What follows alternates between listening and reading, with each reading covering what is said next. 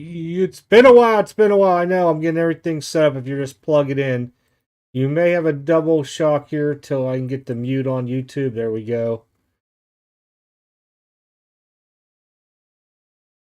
All right.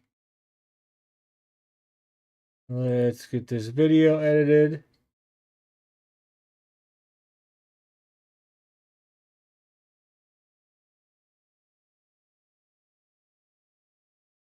We'll still be starting here in a few minutes, everybody. I am just getting everything prepped. Always all the fun stuff.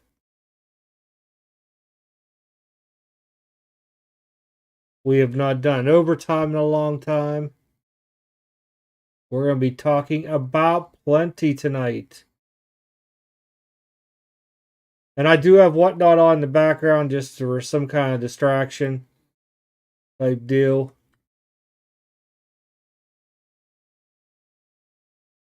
Where do I add the keywords?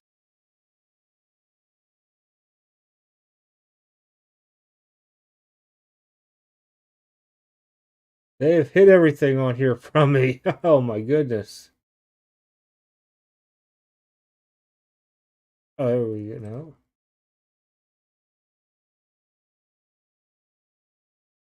What have they done to this? Craziness, I say. How's everybody doing? I don't know how many people's in here yet. Always fun trying to get this stuff going. Oh, there we go. Maybe this is it.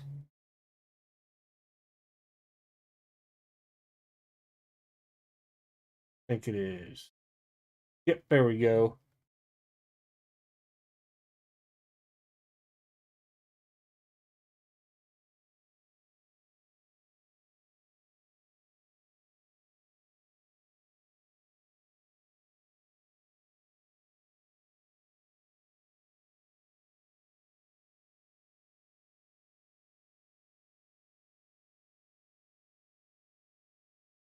Ooh, let's see here.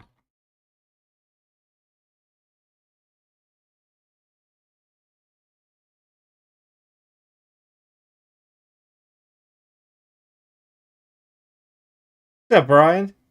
God is great. Hello. Getting everything set up. I got the pop-out chat on, so I'll be able to see you guys. Been a while since we did one of these. We're going to talk about SGC's customer service and how they suck. Okay, a little bit about the WhatNot Card Show 2.0 and some other things tonight. I don't know if anybody's popping in with me tonight. You guys might just have me all to your lonesome selves. But let me just finish getting the video piece edited and we will roll.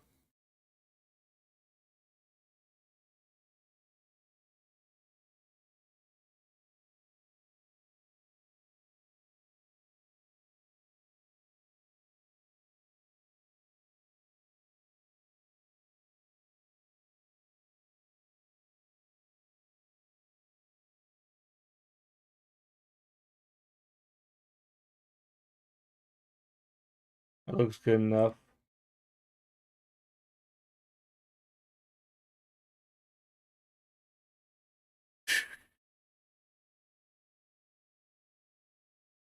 Alrighty. And I'm just hanging out in Pure One Sports' WhatNot tonight. I had to mute him because he started playing music. Can't have music. Music's bad on YouTube. Unless it's free music.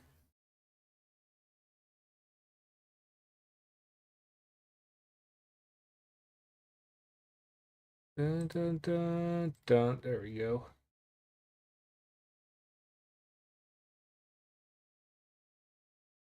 Alright, that should be good for tonight, getting everything going.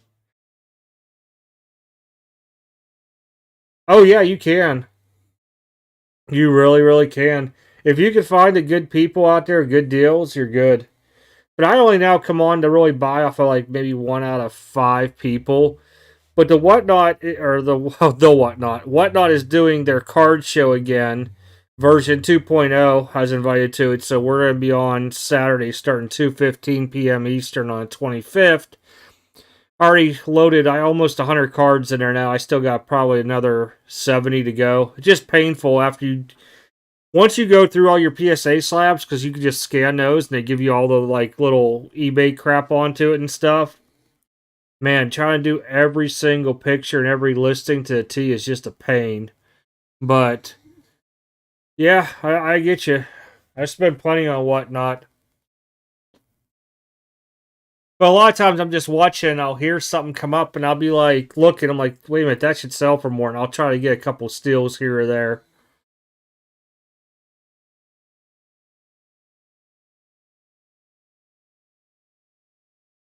Looking here, make sure I got everything going here good. Looks like it. Yeah, I picked that other part of, I guess you could say, part of the collection up. The third part I'll be picking up, I think it's April 7th. Gotta drive up towards Cleveland for it. But, yeah, I just been plugging away in it. Between that and income taxes for everybody, finally caught up on all that stuff. Time to play. All right, let me go from here to here.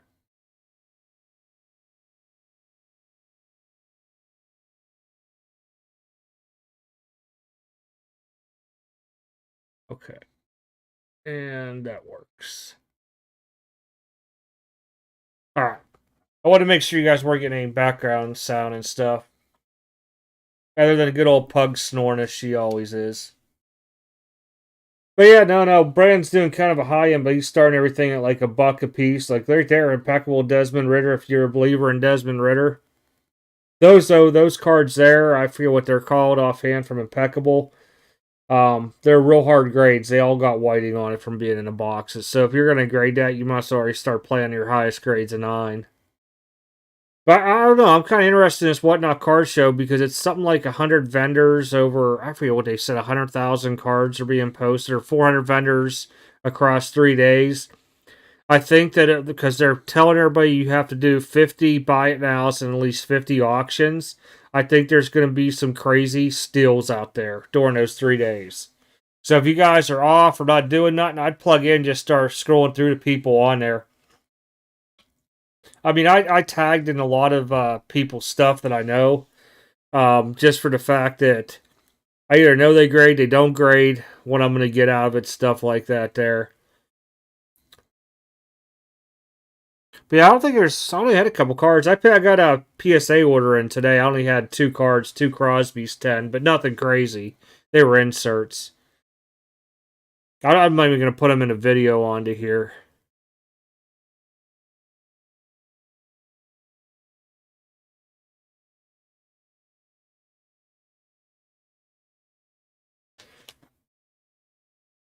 I don't know. Like I said, the WhatNot Card Show 2.0, I think will be very, very interesting, at least, to see how that runs. I missed the version 1.0, I guess.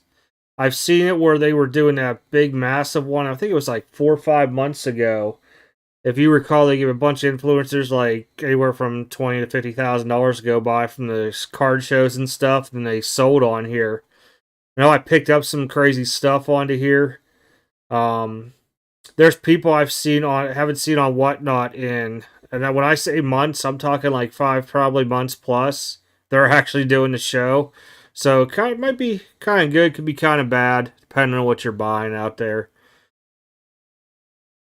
I honestly prefer mostly buying stuff that I can see, but if I could pick up raw and stuff like that, I'm always game.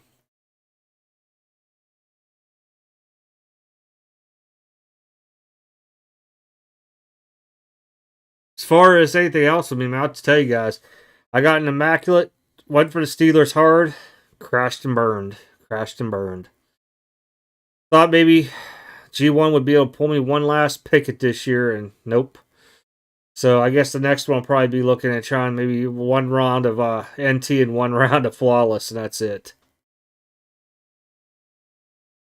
I don't know, Pickett might not even be the man there. We'll see what happens with all that.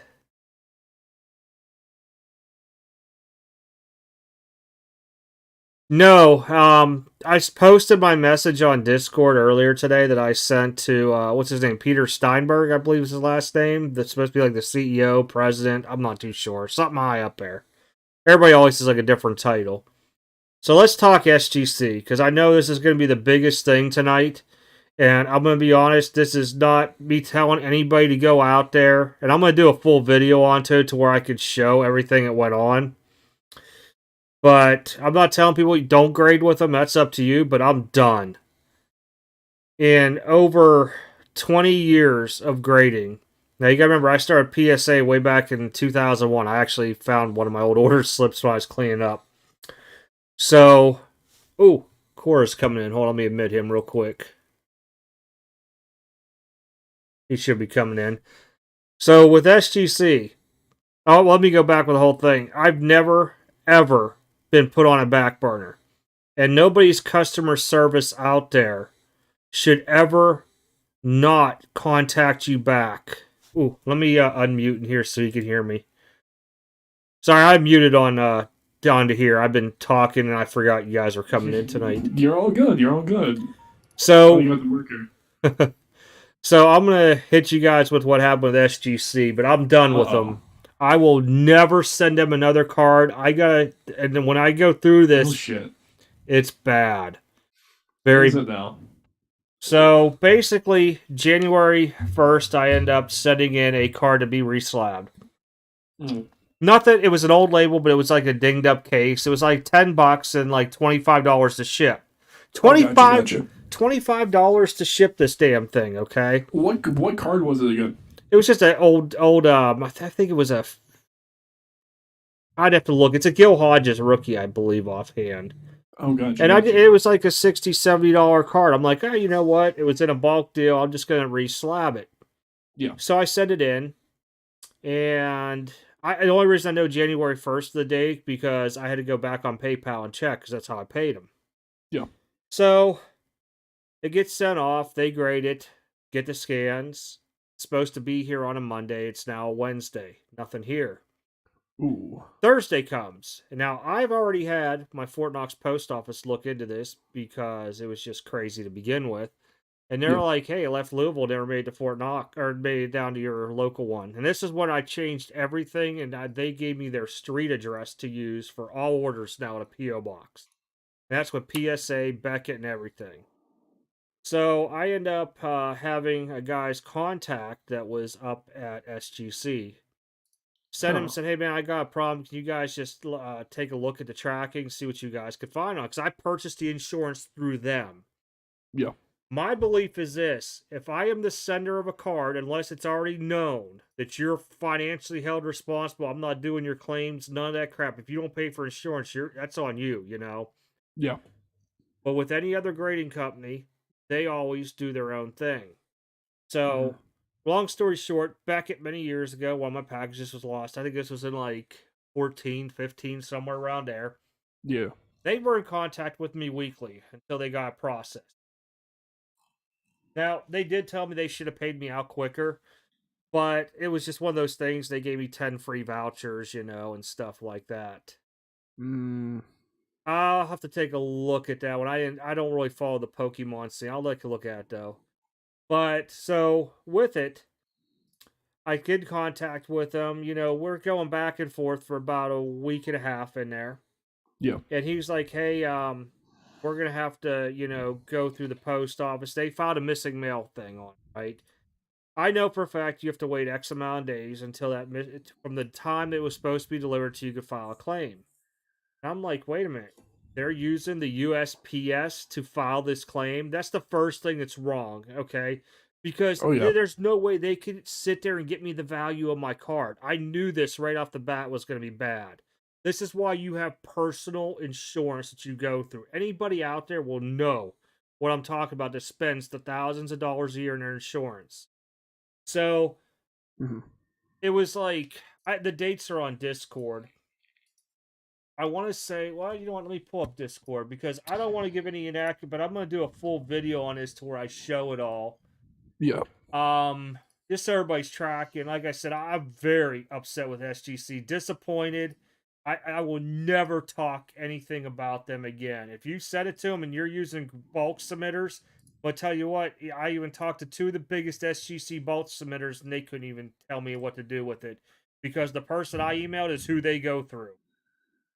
So I know people are going to say that. All right, so Yep. on okay here, my order was completed 10 January. They gave me the tracking. I spoke with the individual on Wednesday, January 18th via email. The case was open from one of his team members January 18th. He told me he would update me on the 23rd. He did. And he said that the case has been opened. Once USPS does their due diligence, he would contact me. Okay, January 31st. Emails me, says a claim is being filed and SGC will had to wait 15 days from the last scan to file a claim. That's how I knew they weren't using their own insurance. They were going through the post office. And Yeah. if you're not an expert on knowing how to do that stuff with receipts and everything, you're just done. Yeah. They screw you as much as they can. Yep. Easily. Yep. And that's how Yep. I won all mine. All but -1, I got like an 80% on, which is fine. I was Yeah. happy. Either way, I was good. So January 31st is the last time I heard from this dude. All of February, I sat there waiting. Not one Oh damn my email, not god. one phone call. Okay. On Really? March 2nd, I had to reach out for an update. And this is what I wrote into a message that I sent to SGC Pete, is his name on Instagram. I said I had to reach out for an update. I'm not too sure if there's a company policy or not, but somebody should have updated me within that time frame to where I had to shouldn't have to reach out. But Yeah. this is what gets me even more concerned. The guy responded back to me, so I sent this email in a second. He got back to me in a third, said he had to ask his team member for an update. So when you say your team member, you think this guy'd be in like a supervisory position, correct? Easily. Yeah, you Okay. would definitely think so. March 3rd is on a Friday. I believe it was a Friday. I'm pretty sure. Yeah. Wait, yeah, because today's the 10th. So I waited. On the 9th, which was yesterday, I reached out Mhm. again. And I told him, hey, what's going on? Haven't heard from you. Did you get back from your team member yet? I then get told the case has been escalated to management and they will reach out to me. This was at 1 p.m. Eastern yesterday, and I have yet to get anything from anybody. My god. Can tossed around here 24/7. I I've mean, never been treated damn. like this with any other company. Yeah. It's disrespectful, and I'm done with them. So when I get done with overtime tonight, I will file my charge back. I'm only going to get $35 back because that's what I spent on shipping. The what I paid SGC, and you know what? I get half my money back. Whoop de doo. But the At that point point, you might is, as well. they're not doing nothing on it. Oh, they dropped it big time. Trust me, I'm gonna plaster this all on social media, and I don't care if they reach out to me, to be honest. I'm not Oh gonna yeah. do anything back. They made the biggest mistake of their life because I don't care if you're a big bulk SGC guy submitting all these group submissions, every customer should be taken care of. Their company should have something going on. And I worked, this is not even doing military. Military tracks every damn thing in these command and staff slides. When I Oh yeah. worked for Osram Sylvania, they had a briefing that was done. So every time there was a package jacked up or didn't make it, broken light bulbs, whatever it may be, there was a tracker. And depending on, there was a limit though, they would pay out all their own pockets and they would do their own reimbursement later. If it was like a huge ass order, they would send them replacements, but and stuff like that out there and still have to claim it. But cash was not like one of the things. Yeah, yeah. There was a tracker that was updated and there was a column on there. When was the last time this customer was contacted? Who at SGC? They're not tracking crap. All they want to do is No. make money, do their stupid little videos out there, their little smiling faces, and not take care of anybody out there. That I've never been so disrespected in my life. And the emails I get back were short, very short from these people. How? I'm surprised in holistically because PSA's been known for the whole ass time to be less customer service oriented. You sounds like you've had a lot better luck with them compared to this, And haven't you? if Joey pops in here, he knows some of the conversations I've had with PSA, and I've Yeah. always been taken care of fairly. Very fairly, especially when it comes to upcharges and everything across the board. Very, very fairly. Yeah. Um, like if there was anything wrong, like with the labeling or something like that, they mislabeled it. All you do is send them a thing. They'll mail you a thing out, and they expedite that through to get you a new card into a new slab. Never ever was I once disrespected. Now I did have some issues where like it was like a 72-hour thing where they were had to email back, and I had some big things going on. I have the VP of customer service at PSA's personal email and his Facebook, Yeah. and he took care of my stuff for me. So I mean, but if you look at SGC's website, there's no phone number to call them. No, None. There never has been. The only way you could reach them is by email. What kind of that's crap insane. is that? For real. I mean, How I how the hell are you and supposed to solve shit that way? I I used don't to have a know. lot of respect for them because of their vintage, and I like their old slabs and everything. Yeah. But this new whatever they're doing, they lost me as a customer. I don't know if they'll lose anybody else because it's not something that's happened to them. But just a warning, if you ever lose a package from SGC, and I guarantee you what it was they filed this claim 3 times because the first 2 times through USPS they get denied, the third time it goes to a third party. Yeah. They either did not get the full amount back or they just got nothing back and now they're trying to figure out what to do. How are we going to take care of this? They're responsible to get that package back to me because I paid for shipping and insurance. Yeah. Some people are going to say, well, it was the post office's fault. They provide me a service. And this is the way I look at it. Yep. They provide me a service. And with that service, they're to get me my item back. This is why I do all Oh my yeah. high value items hand to hand, big items. And I've always done it that way with PSA. So, I mean, yeah. That's insane. I used to have, a lot of kudos for SGC, not no more. I mean, once you Understandably have so. a horrible experience like this, really beats it in the dirt. Now, this Yeah. also stems to a long time prior when I had a few little things go on and they were very vague in their emails, and you know how it goes. Yeah. Yeah. And this was over time, and I'm just like, whatever, it's SGC. Now, no. If It's just this is so the thing much. now, like Core, if I graded something for you, I tell you, hey, Yep. I'll ship it to you. And if you're like, hey, can you ship it cheaper for me? I'm like, dude, I'll put it in a bubble envelope. But if anything happens and you have no insurance, that's on you. You got to figure all that out. And that's Exactly. why I tell everybody, if you're going to come through me to grade, that's on you to file your claims. I will package Yeah. it up. If you want a box and stuff like that where you're not paying the flat rates, I got no problem doing it. That Yeah. comes out of my own pocket. All those supplies, which I don't care. Mhm. But at the same time, that's my thing. I tell everybody up front, you are held responsible. I do not want to play with claims at all. I mean, Oh yeah. otherwise they could go through anybody else or do it themselves if they don't want to, do it and stuff. But At that's the that point, thing. yeah. And that's why only a very few people ever come through me for grading onto stuff. Mm. Heck, if Brian's in here, I hand delivered, I think, twice to him up in Pennsylvania because I came up the cards and stuff. Oh, gotcha, gotcha. And I've done it before in Louisville where I've hand delivered to people too. But that's why I make Mm. sure anybody I'm mailing stuff to, I was like, dude, if you're mailing me stuff, that's all on you. I don't want to handle it. I will do this all up for you. You'll have all the sheets and everything. But when it comes to claims, I can't because I didn't purchase these cards from you. If you don't have receipts, I can't do nothing. You can't file a And claim. that's just going out Yep. now. Coming back from PSA will snap to it onto it. Yeah. Like I said, they've damaged a couple cards of mine before while there, and I've gotten that email, and you could just tell as soon as they answer the phone, it's like, I don't want to really have an angry I'm like, no, that's fine. They're like, hey, free of charge on this. We're gonna credit you this and this. You want us to put it towards your order, cut you a check? I'm like, just put it on my account. I'm good. They're like, wow, you make this easy. And I'm like, I'm not mad. Because here's Yeah. what the thing is: if that employee did not disclose that, and you sent to me, then I'm to be like, "There's no way I sent this card in looking like this." And then we're gonna get in the he said she said thing.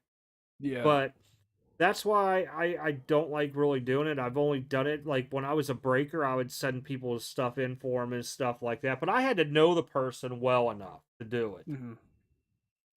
I didn't like Yeah. all the time going out there and doing everybody else's grading for them. But I had no problem, hey, let's all piggyback and split the shipping back there and forth and stuff. Back then, Yeah. stuff was cheaper. But I'll tell Exactly. you, SGC, they dropped the ball, and I'm going to be working on that video this weekend. It's going to drop on Monday. And what are they going to say? Oh, you're slandering us. No, I'm not. I'm telling you why I'm upset. I'm not telling people don't grade with SGC. I'm saying why I'm no longer grading with SGC. This is Yep. how I was treated. I have no other way of contacting anybody except for the Go GTS email crap, and then the guy I had. And then what I did, I found that Peter guy on Instagram. I couldn't send him a message on LinkedIn, or I would have, because I had to go buy an account on LinkedIn. I mean, what do you Yep. want me to do? You want me to tweet it to get your attention? I mean, I At tried that to do point, you it. might as well with them. I tried to be, discreet and send it to your IG, what do you call it? Insta message thing, Messages, like into messenger thing. messages. And Yeah. there's no other way to get in touch with them. I mean, could I reach out to other people who probably know Peter? Yeah, and tell him, hey, you might want to tell him to call me. But I've done everything in my power I could do, and I'm not going any more into it. Over such a Understandable. small amount of a card, could you imagine if this was a Yep. large order, what they'd be going through Oh right now? God. I'd probably have to take them to court. And they'd be like, well, we shipped it to you. It's on the post house. No, dude, I never got it back. Just because you provided tracking don't mean nothing. Yeah, I'm surprised because the thing is too, keep in mind for me with shipping, I use Shippo, and keep in mind usually always use them if it's a a order, like if it's through like eBay or so, or if it's like a PayPal transaction, you can of course verify that. Mm-hmm. It's a lot cheaper through shit like that than than like USPS. For me, usually it's like $5 a ship compared to other people's like $15 a ship insured. It's insane. And the fact is that they're just doing it straight through USPS instead of through a third party, which one's usually cheaper, and two, it's a lot easier to handle claims. It surprises me. Well, see, this is the thing with my insurance. I have a buy name spreadsheet, all the cards, right? Yep. Now, if somebody would purchase one of those items, it's covered under shipping, loss, theft, fire, you name it. But the cards that are laying behind me in my Pelican cases, they're not on it. There's no point to it, I'll just Yeah. purchase the insurance onto it. But I know if I had to file through them, I'd get my money within 10 business days. All we have to Exactly. do is agree on the value of the card. Some of the stuff would be really, really hard. And, because some of the stuff last time it sold was during like the peak of COVID. So, I mean, I wouldn't expect them to pay me that amount of money for the car. I'd be like, and I have to put my perceived value, but it doesn't mean that's the value of the car because they know it fluctuates all the time. Yeah. Exactly. Exactly. It's always hard with all these like perceived values with like companies, especially when they're trying to pay the bottom dollar because they want to cover you as much, because it's out pocket. But it's like, then why are you insuring it in like a SGC case, like fully? Like Well, it's yeah, kind I of your don't fault for understand doing it why. through USPS like that. So here's my thing. I paid $25 insurance. Now we Ex- know a small flat rate box is like $8 to $9. That yeah, insurance on the card, $2 will say max. That's 11. exactly. They charged me 25. I know. The thing is, I've only graded a couple times. One of the times was through SGC for like 3 cards. Back $25. I'm like, what the frick? Like, what the Even hell's going on PSA here? don't charge me that amount for 20 No. 20 cards. I think charges me 30 or $35. But at the same time frame, I Yeah. also know there's weight to it. It's probably going to come to me FedEx. They're a little bit more expensive than the post office, and it also covers my insurance that I have to get through them as well. Yeah. So I have no problem because here's the thing. I mean, I've had $10,000 orders come back that only cost me $40 in insurance, and I've also had $40 or $400 in cards come back with the same price. Either way, my Yeah. stuff's covered. It don't bother me. I'll pay it because I know, based on my experience with PSA and other people's that I know really well, it'll get handled. Now, there's some people that have done videos with horror stories about PSA and stuff out there. I don't know. I couldn't Yeah. tell you. I can only speak between a lot of people that send in, do 50,000 plus in grading a year. I mean, last year alone, I was over 20,000 just myself in grading. That's insane. Hmm. Damn. Crazy. That's like Joey. I was telling him I graded a lot of these Michael Jordan cards, so I'm not showing them. I had no sooner got them in, I had to run them to the safety deposit box and log in for more insurance. But I told him, I said, I got a phone call or an email, and I'm like, oh crap, I got upcharged, didn't I? I'm like, oh. And you Yeah. just want to cry, but it's a happy cry at the same time frame.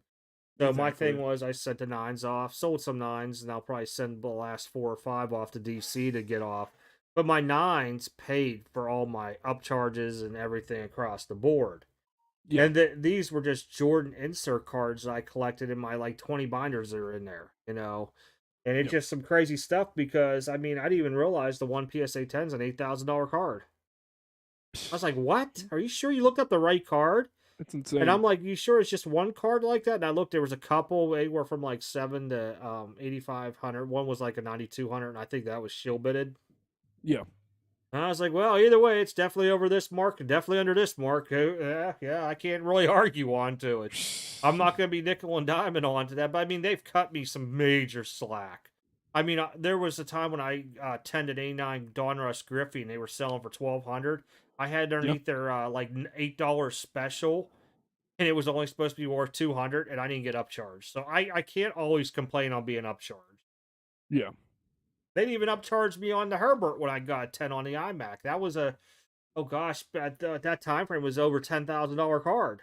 And I Insane. think that the value I could only have was I think at that time frame was either 2,500 or 3,500 on the card. I'd have to go back and look. And I'm like, oh, I didn't get upcharged. This is awesome.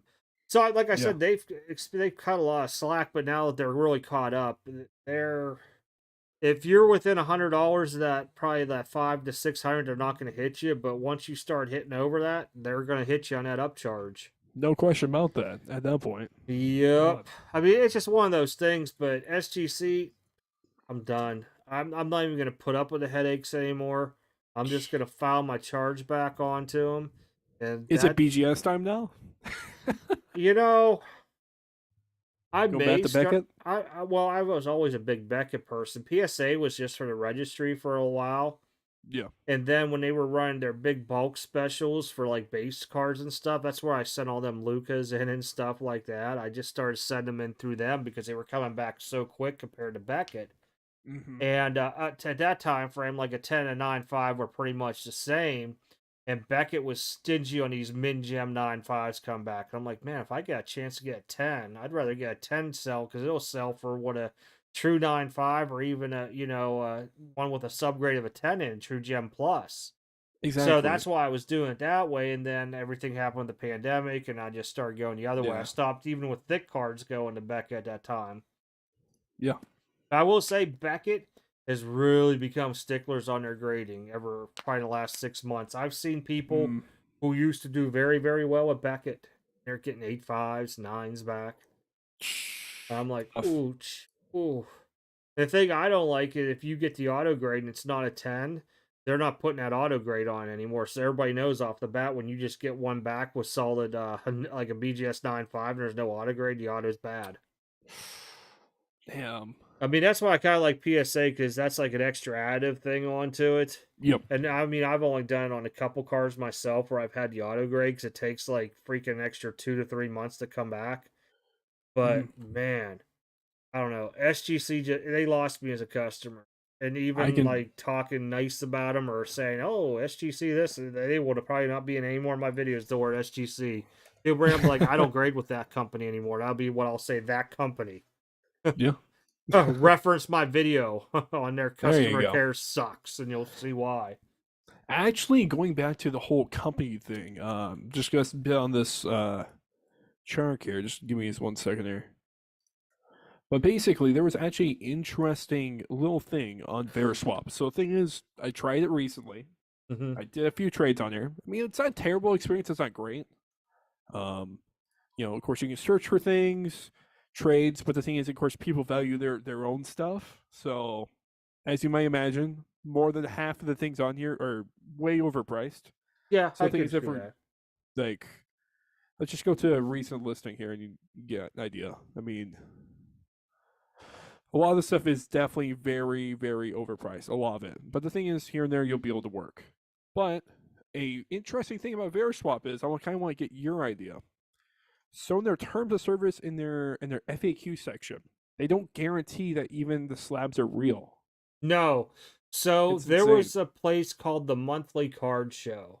And Yep. I went to Remember their you mentioned Yep. that. Okay, so you had to be part of that very swap thing. So I signed up for an account, but I didn't pay any money. It was like I think it was like 25 transactions you could do for X amount of dollars Yep. or something on there.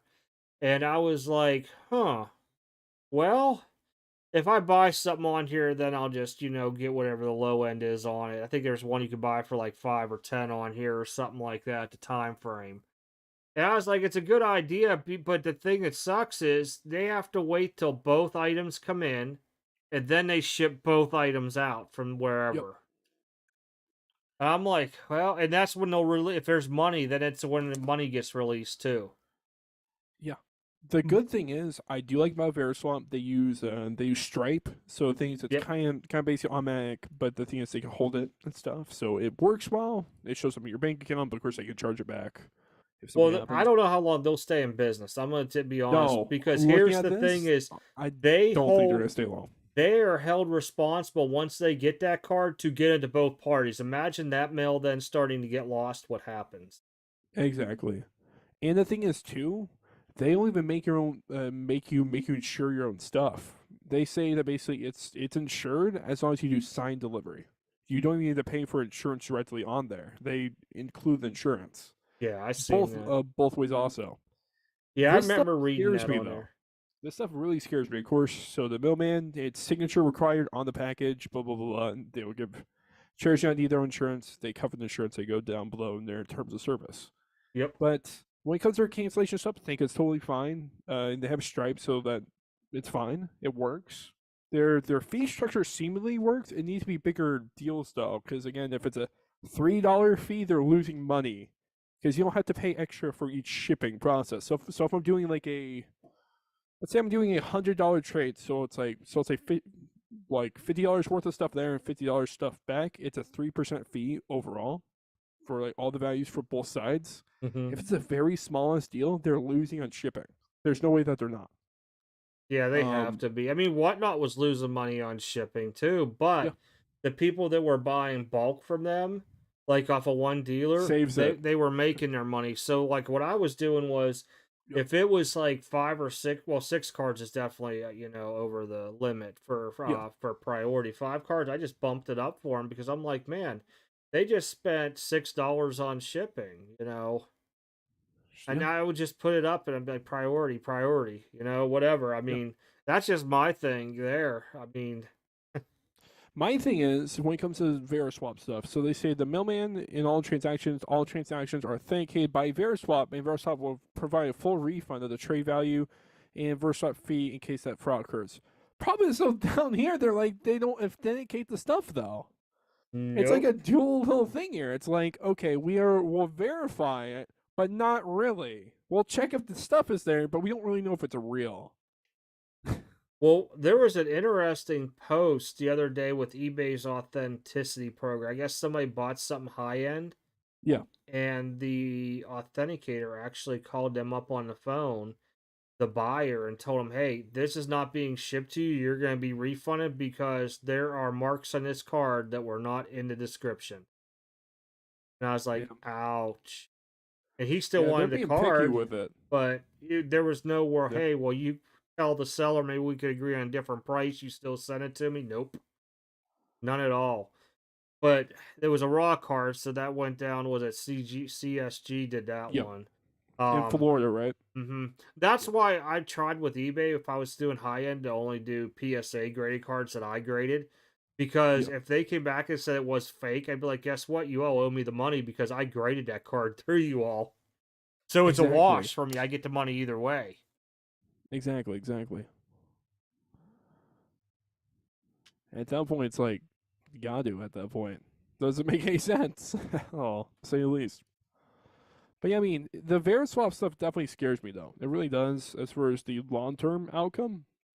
Because the thing is, looking at a tool like this, it's either made for huge deals, as you will see on their Instagram. They're like several $1,000 deals, or there's like $30 deals, and I have the feeling, I don't know if this is just a feeling, that there's gonna be more of the $30 deals, and they're gonna be losing every time. Well, here's the thing: if I was going to do a deal over $5,000, I'm agreeing to meet the person somewhere and do the deal. Yeah, I mean, at a show, at something. yeah, I mean, especially I've heard some crazy stuff where guys were like doing $10,000 and $15,000 trade deals. Now, if I knew the other person, that's totally fine. But if I was sitting there doing anything else, I'd be like, dude, I want to meet you in person. And we're doing the sale. We'll meet in the middle. You know, you Yeah. live here, I live here. Let's meet somewhere around here. Get a hotel. We can meet at a bank or wherever that's secure. Do the transaction, and we're gone. Yeah. It's just I mean I as we talked about before, there were certain people at basically SCI and me that were talking about launching a similar platform to this. There was conversation back then. We did talk with Jeff Wilson a little bit about it. You mentioned it. It's just like I don't know. I don't know if this long term will be viable. It doesn't seem like a terrible platform, but it's like I don't want to post my high end cards here because I don't think I'm not trust this as much. Maybe the mid end stuff to where it's like it makes sense at that point. Like the thing is nobody's gonna be faking like a Santi Aldama. Keep in mind this is a PO box, so it's all good. But See, that's the like thing is I use my PO I don't know. box for everything now. I will if they want a street address. Yeah, I got a street address for them. Trust me. Now, because the post office gave it to me at Fort Knox. But yeah. you know, I don't want anything mailed to my house, and it's not due Oh to no. people knowing where I live at. It's because I know my local post office steals stuff. And Yeah. again, proven point. Just had another one after a year, over a year, where I do all those damn claims on that stuff. It made me so mad because I had to pay everybody back off of my slabs onto that stuff and reach out to them, and then sit there, do all the mismail, get everything, and then the one package didn't make it to DC. That's the one where we went back and forth, and even though after I proved that I could actually price a card because I have all my registrations and everything, dealer stuff. They were Yeah. like, "Well, we're gonna have to send it to a third party." I'm like, "Go for it." They gave me 80%. I'm like, "Whatever." Some of that stuff I pulled out of boxes anyhow. I don't care anymore. Yeah. The stuff that I should have just made a receipt up and sent it to them. But I'm like, that's just unethical. Yeah. And the funny part was the lady at the claims office, not even the post office. They buy an outside insurance agent. She said a lot of people just do that and I'll just get a receipt made up. I'm like, wow, talk about unethical. I'm like, I just want to get what I'm due back. That's it. And that's why That's even it. heck, people have been buying from me just other ways, and I've been sending them out. I'm like, hey, here's your copy of a PDF receipt in case something goes bad. You paid for the insurance, you handle it. Yeah. Because It's that's usually insane. the thing I tell anybody wants to buy high end off me. I'm like, hey, I will ship it. I will even cover the insurance, but if something happens, you're filing that claim. I want nothing to do with it right now. But It's I, not my but business. Oh no. but the good thing is, if it's over 5,000, like I said, and it's on my one sheet, then I'm fine Yeah. because it just goes through American Collectors, and they'll just Mm. look at comp values and stuff like that, and they'll just cut me a check. I'm not worried. Yeah, exactly, exactly. At that point, it's like they'll be fine. Mm-hmm. But yeah, I mean, all these platforms nowadays, they're just very questionable. A lot of them, to say the least. Well, heck, And you know, talking about which, one also I wanted to mention, Starstock's still running. It's still running. I didn't even know It's they were still insane. around. I don't even Yeah, hear no, about they're them. still around. It's crazy. Huh. You know, I It's was sitting there looking at all these new apps. Loop is garbage to me. it Sorry is. if I you're a agree. Loop supporter. A Loop No, supporter. I'm I anybody tried out on there. there. It's All their wax is like a half on top of comps. yep. Like I it's have a you $100 can't buy credit on there, anything. and I haven't even used it.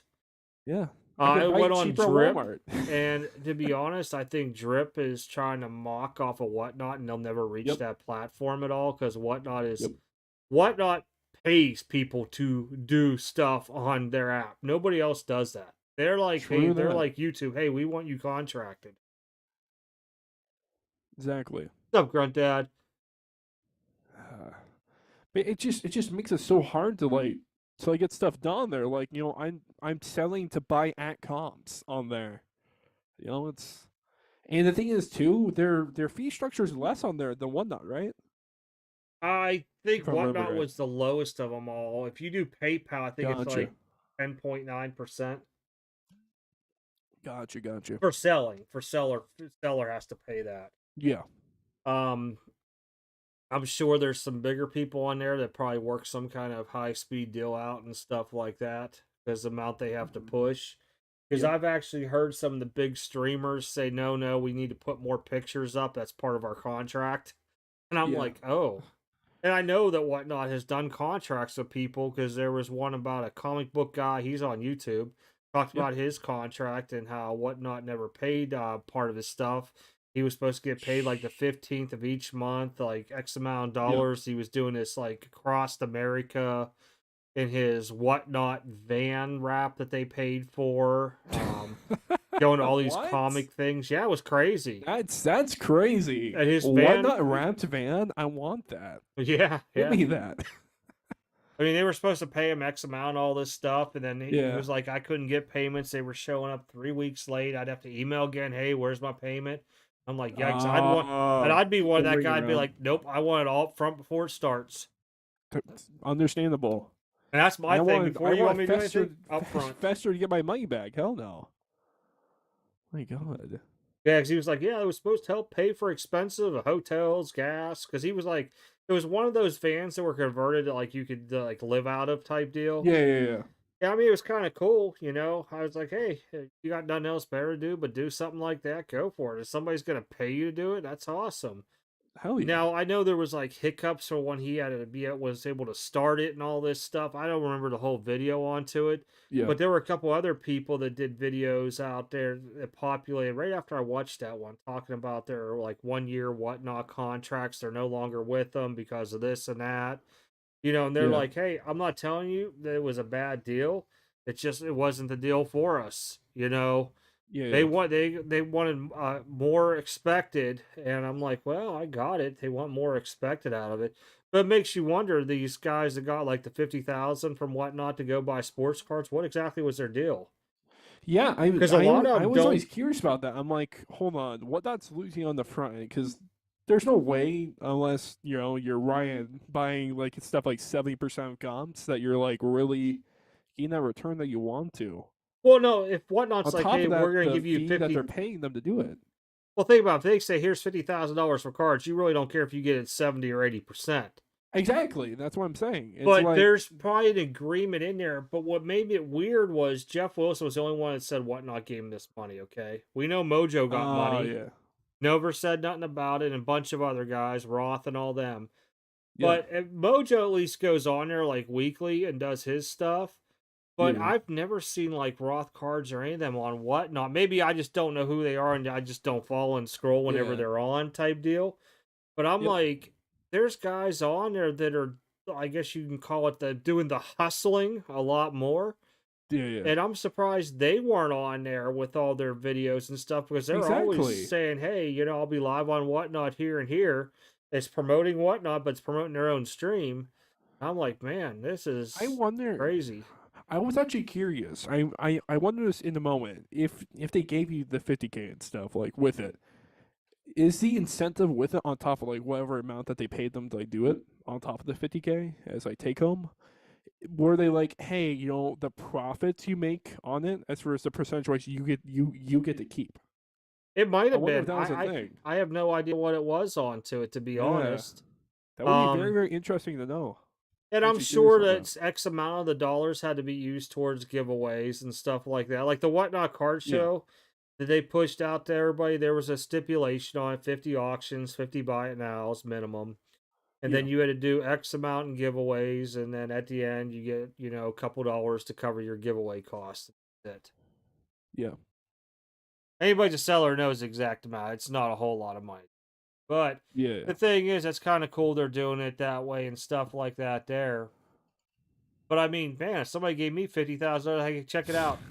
We want you to sell twice a week on here, and you gotta list, 100 cards each time per week, or Oh per yeah, episode, twice a week, X amount of hours, and we'll pay you $50,000 a year. I'm like, done, easy. done.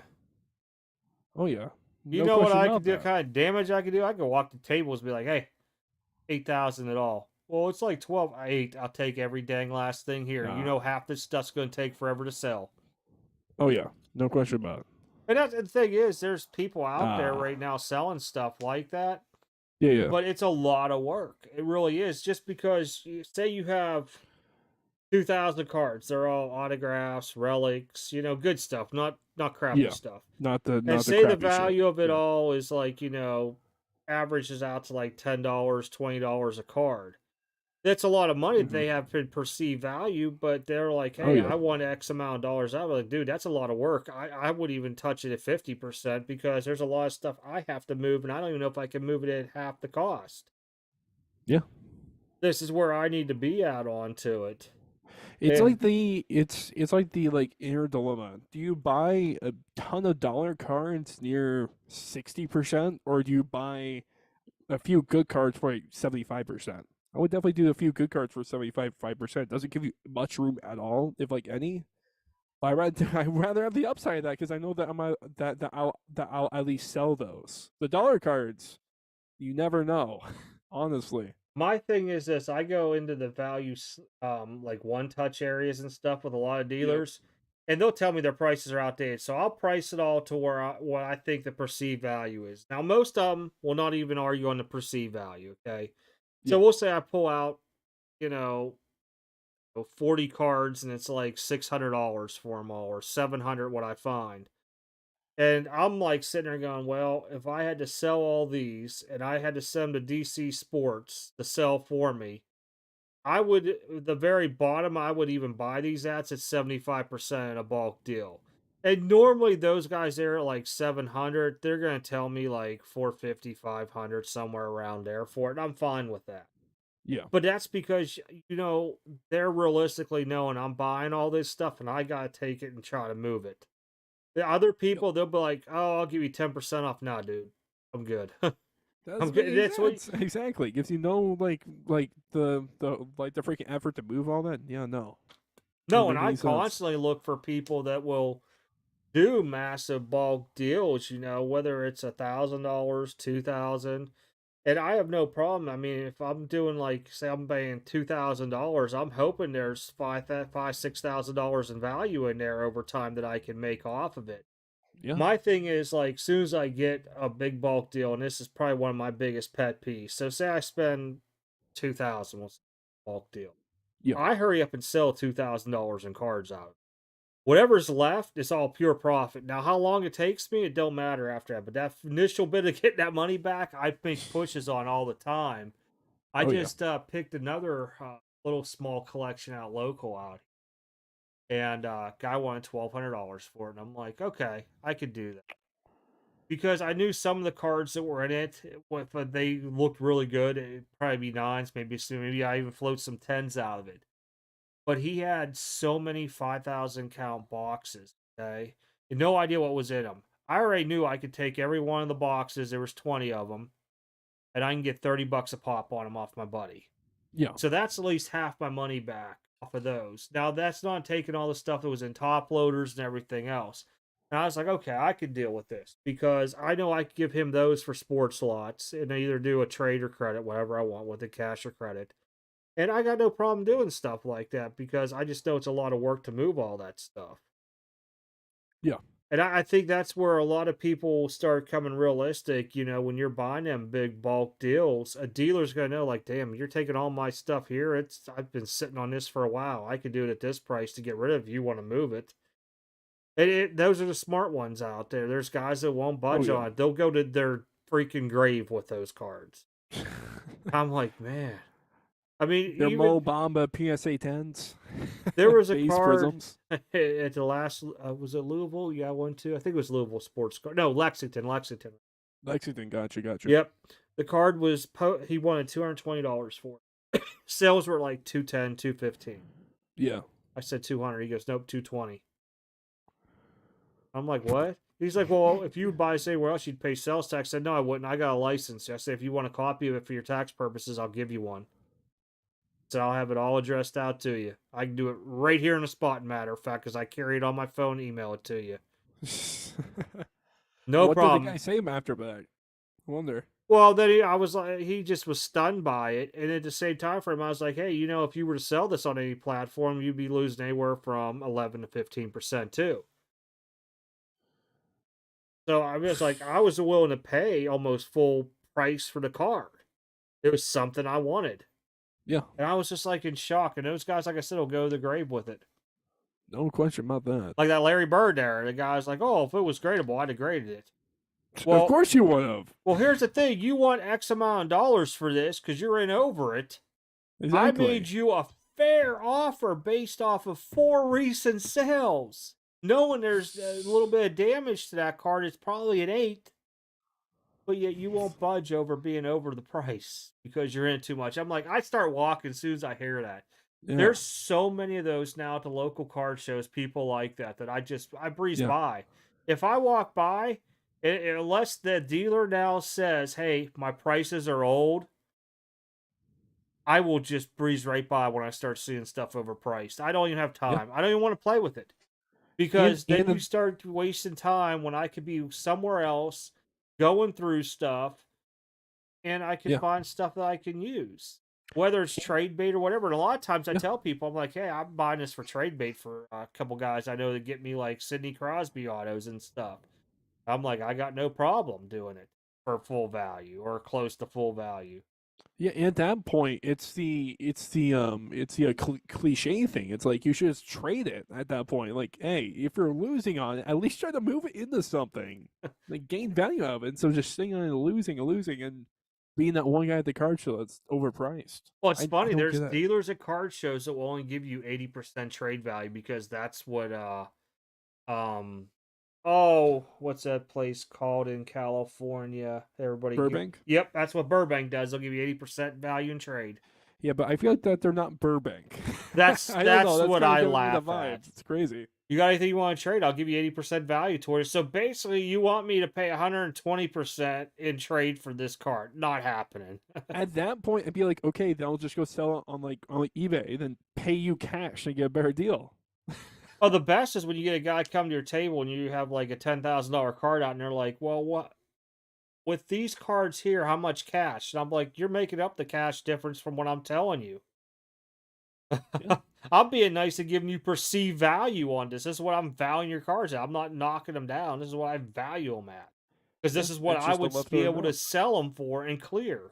Yeah, it's just funny the way that a lot of things shaped up. And I mean, there's a lot of these guys, they're getting out now of cards completely too at these shows. Yeah. I missed the one dealer in Louisville. He was just getting rid of it all. He didn't care.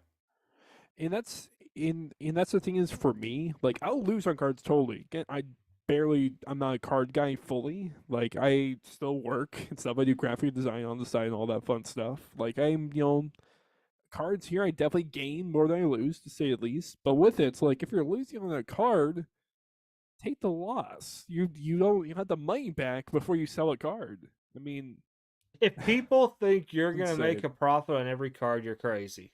Exactly. You're gonna take losses. That's why you take whatever. If you're in this as a business or whatever you want to call yourself, a flipper, a baller, a hustler, whatever. You take all those little profits because somewhere along the way, you're going to get some cards that are going to drop. And you're going to be like, I got to get out of these. At least you make profit elsewhere to help offset that. Nobody out there, except for during COVID time, made profit on every stupid card they had out there. Exactly. That's just the way it is. Goes across the board. And there's definitely those dumb buys that we have and everything. Those are all learning experiences. And if you don't actually move on from it, you're stuck on it, and you that is like your thing, you're stuck on it, then what good comes from there? Hey, like, listen, I probably shouldn't have bought this at this. It was the peak of the market. Okay, take your loss and move on. The Monster's famous for that one up there. God. I think the guy was sitting 2 tables to your front with the Lucas that he was overpriced. I remember that. Yep. I remember those. Yep. He's like, I'm not moving them. I'm like, what? So like, what was you even moving for? He's like, 125% over the last price. Luca's gonna play basketball again and do great. That's awesome. I'm glad that Luca's gonna like be breathing. That's awesome. And you just sit there and you're like, all right, sorry, man, I'm just going to move on. Yeah, the Midwest Monster, I've seen so many people up here like I used to just laughed at them. The Like, ones that I okay, like to go find a Midwest Monster are mostly the guys that own yes, shops and stuff because they're bringing inventory they can't move in their shops. exactly. And the thing is too with it. I remember at the Monster, there was this situation. I'm pretty sure I might mention this before, but the thing is, like, we were there. It was me and my guy Brian. We always do soccer cards like together. There's this guy. He came up. He wasn't a card guy at all. He like didn't know like cards soccer wise. So the thing is, there's some Makoku and Jude, the new like investment guys. And he had some of them. He's like, okay, this like here, and things. He was quoting like overpriced values. I'm like, okay, well, I'm gonna check on them. Then I quote, then basically I looked them up. Quote them price wise. Okay, so I said, here's the value. I grabbed post-it notes. I put them on there. He's like, it was near the end of the show, guys. You're like, oh, I don't know. I'm like, okay, tomorrow, come back by. We'll try to work it. So he comes by tomorrow. He's like, okay, I'll take this amount cash that you said yesterday. I'm like, no, but that was the value. And Huh. it's just like people there are insane. And the thing is, the whole day he followed us and harassed us and talked shit to everybody about us that we would not pay up for his cards that he originally valued about 50% over.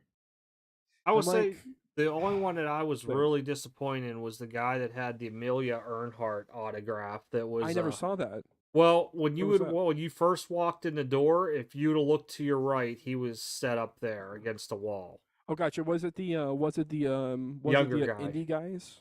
No, he was a All the younger indie kid. guys? He wasn't like a Gotcha. full fledged business or none, but it was some Transcendent. I really wanted it. I really did. Yeah, yeah. But I could only base it off of other types of Amelia Earnhardt autographs. I got its Topps Transcendent, and I even Yeah. added a little bit of value to it, which I thought was fair because if you would like use George Bush or Eisenhower autos the same way, that was pretty much the average price up. Yeah. He was still almost 2 grand over, and I'm like, I can't Oh my do it. god, and how expensive was the card? 8,000 he wanted for it. Oh my god. I thought 6 was really way more than being fair onto it. Maybe I was just wrong. I don't know, but it's hard to value those big placard cut autos out of there. Yeah, they're so unique, and there's so many things about them that could be like different values. And the sad part was the guy let me know he had an offer earlier for 5,500 he turned down. And I was like, well, I was going to offer you I, 6. He's like, no, I can't do 6. I can't go below this. And I'm like, okay. You I know, then don't. your fault for buying a case of Transcendent, and that's what you get There for you your go. cut auto. I'm sorry. I don't know what to tell you. Yeah. Hopefully you I made some money on your VIP ticket. I will say personally myself though, coming with it, the most success with shows like that basically I've had, like the local indie area or with like the Monster. And these are normally cards that I do. It's the weird shit. It's like the Philip River like autos. I remember the first Monster. Within the first like 10 minutes being in there, I found it was a Philip Rivers on card. I think it was finest rookie auto refractor PSA 9. It was for $100. It was just stuff like that. It's the weird stuff that does well because the thing is every values all the big names, all that so outrageously much, like 25%, 50% over. It's all the weird stuff, all the dollar fines and etc. That's where I always have the best luck with. I don't know if you've seen that. When I went up to the first Monster, I was up there on a Friday when it opened up. Me and my Yeah. old GTS rep went up there. And he was like, what are we looking at? I said, I'm looking for hockey first. And I found a couple of nice hockey deals and bought them up. Yeah. And it's just stuff you don't see, like Yager Penguins uniform autos, stuff like that. I mean, there's always people, everybody's always going to have McDavid autos, Gretzky autos, and stuff like that. I look for some oddball stuff. Yeah. But as we walked around, he's like, what are you looking for? I said, man, I don't want the same stuff I can see at every freaking local show. I want Exactly. stuff that, people come by and they look at and they're like, wow, that's a cool card. I want it. Yeah. Because they don't see it all the time. When you start handling stuff that people see on a regular basis, like all the different Bowman colors, don't matter what color it is, still the same player. Yep. Same with Prism and Optic. Now, when you start dealing into the autographs, okay, they're a little bit less plentiful. When you start talking patches and you got the cool patches, then you got the true 101s. But nowadays, when you start looking, I didn't realize the shields in iMac football this year, a lot of them are 10. Yep. That just shows you, those used to be true 101s. I bought one of the very first Shields produced. That's before they did autographs, the Peyton Manning.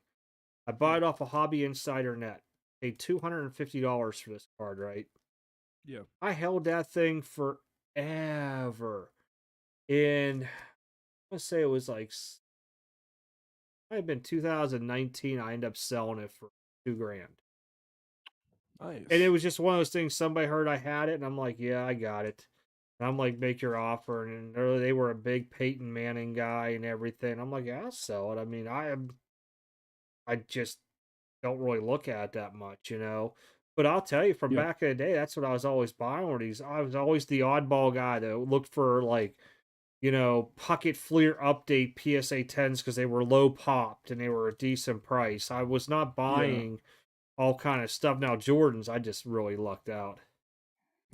Yeah. That there, I'm just telling you, I really lucked out on the Jordans because I was buying stuff in the late '90s in Hawaii. I was paying $80 for the first year refractor Jordan, 60, $80. Yeah. Now, granted, every 2 weeks I was only getting paid like $400 or $500. So, you know, a chunk would go to baseball cards or for basketball, whatever I bought. But, you know, then I'd get guys who would sell me a binder for $200 of all these Jordan cards. I'm like, okay, cool. Take it, get back, get a new binder. That's what I did eventually. I got all new Yeah. binders and pages from BCW and put them all into it. And some people would have been like, dude, you have gloves on doing this? You're right. I did. I had gloves on. I was taking my time. It took me almost a week to transfer about 20 binders of Jordan cards. But it was just surprising because I was Yeah. telling Joey, I was like, I didn't even know they had these. It's called net asset inserts Jordan. They look like a basketball net over top of the card. Yeah. I have 7 of them. The Dunkin' Donuts clear acetate, I found those 6. Damn. The Beam Same. teams, I was probably sitting on with all the different years of Beam teams. Most people don't even know Michael Jordan had a Washington Wizards Beam team card. I think it was '02. And I, you know, I have some of them. I had a full page of those. Some of them I still had a couple binders for whenever the Members' Choice ones came out. I bought those at, Yeah. I want to say 150 a binder. Insane. Mm-hmm. And I mean, Wow. you know, like I was telling him, I was like, I already had 10s in those cards, so I never graded them. And I Yeah. just looked it over. Now, if I see a little bit of speck of white on it, they just didn't go unless it was like some stupid value. Like those net cards, even if I saw something wrong with it, like a PSA 6 sells for stupid money. Yeah. Now, I haven't graded those yet, but all my Mm. Kobe, Jordan, East and West base and refractors are sitting there now still in QA2. I'm just afraid to get that email. I'm really afraid after the last one. I'm not gonna lie. Oh god, that was all the I Beam would teams and bet. stuff I sent in. I would bet. Beam I mean, teams, the scoring mm, kings from Fleer Ultra. I think it was 92 or 3, the Lightning one. gotcha. Um, those came back in. The scoring kings that was a year later. I think that was 93 or wait, whichever year was after 94. I think it was. It's like a red looking one. Yeah. I had no idea thing dollars or a PS. I really Jesus did not. fucking Christ. Oh, and I was like, what? My I'm looking, I'm like, God. somebody's stupid paying this kind of money. And I'm like, I cannot wait to go to Chicago in 2 years if I still have these. Once I go through them all, I will be the guy with 3 display cases that I somehow fit on a table, a 6-foot table, and being like, hey, I just got all Jordans. There you And go. honestly, people can haggle me all they want up there because I bought those cards dirt cheap There back you in the go. day. Dirt cheap. I have a whole binder of I think it's 91, 92 Fleer. Ooh. Just the blue background. Maybe it's 92, Yeah. 93. No, it's 92, 93 is the blue. Of just the blue ones. That's how much I opened to that stuff. And like the white background Fleer Jordan where he's dunking and stuff. I think I got like almost a half a binder full of those because I was just, My God. I'd pick them up. I'd go to people's dollar boxes and buy them all out. I didn't care. If Yeah. they looked in good condition, they weren't ding corners, I was buying them for 25 cents, 50 cents, whatever it may be. I still Insane. even have some of the Nike promo cards. Ooh. Mm-hmm. Interesting. Yep. There was some crazy stuff I was telling him that I found in there that I had no idea. Like these flare cards and stuff. I'm like, I had Yeah. no idea that I even own these because I don't go through the binders. And I went through probably about 4 or 5, and that's when I was like, I know I got a bunch of these teams. I should have graded them during COVID. I never did. Kicked myself. Mm-hmm. And I was like, I already got my 10s in them because I was going to be one of those superset Jordan guys with a registry at one time. Yeah. And I was like, man, I'm going to grade these. I'm going to start grading them, and I'm just going to do an all-out Jordan sell, insert sell up at the freaking net. Might as well at that point. I mean, I yeah, remember. the I card's remember $9 and I initially. get offered 800, take it. I I remember initially this was in 2019. That was very similar about Otani. Now Mm-hmm. keep in mind that being a young gun and all that type of stuff, not really going through the experience of actually being in the '90s, buying stuff or etc.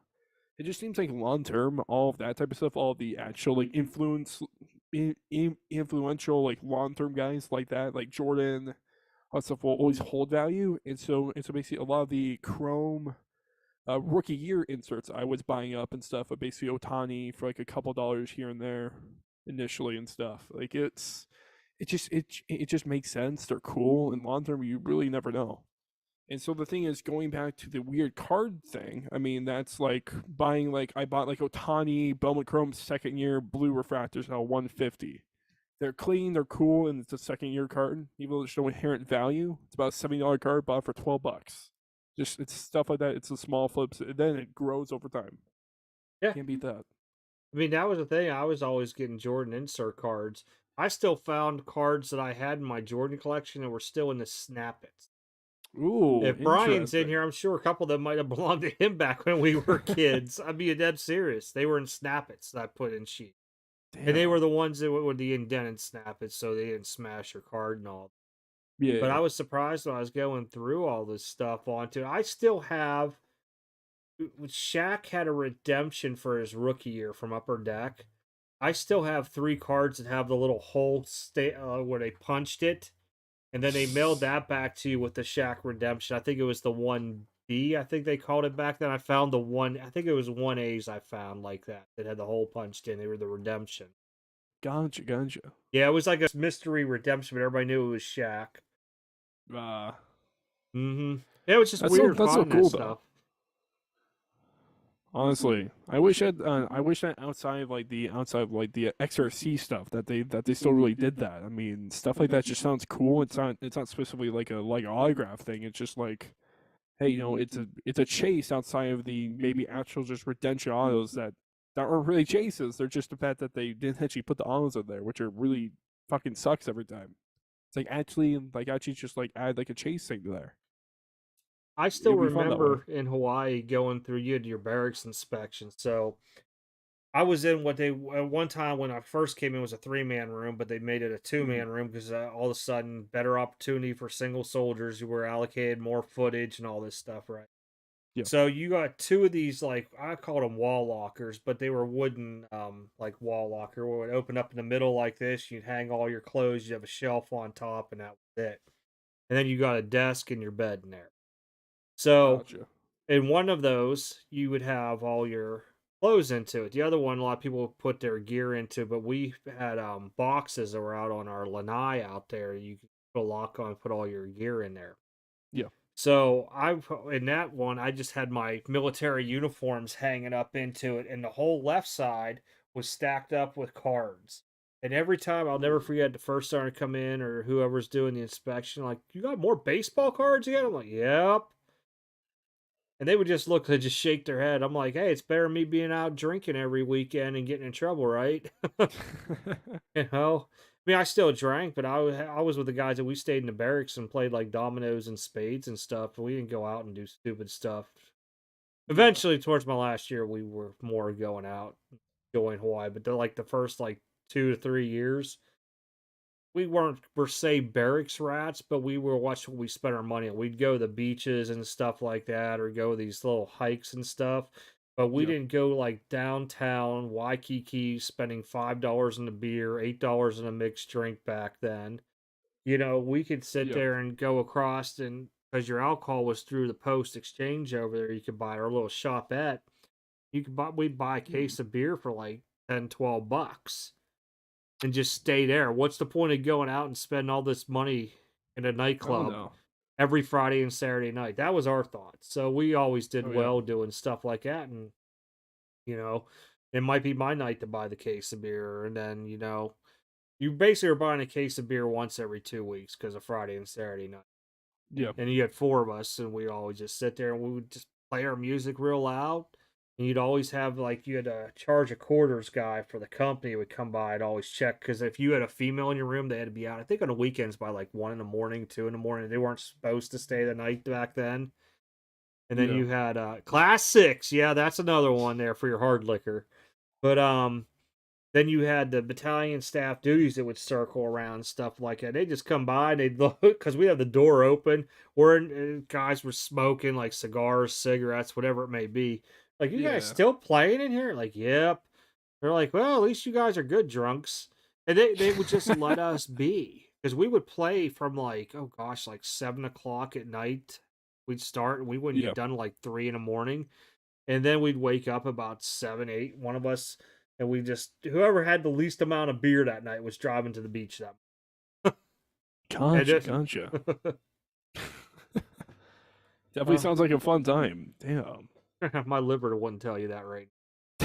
I'll tell you, as much alcohol I consumed in the military, jeez. Jesus Christ. Yeah. I mean, was it worth it though? I guess that's the real question. It was fun. I can't There complain. you go. There you I go. mean, you have your time with it and stuff like that. I mean, there's always your good and your bad. You try to think more of your good than your bad.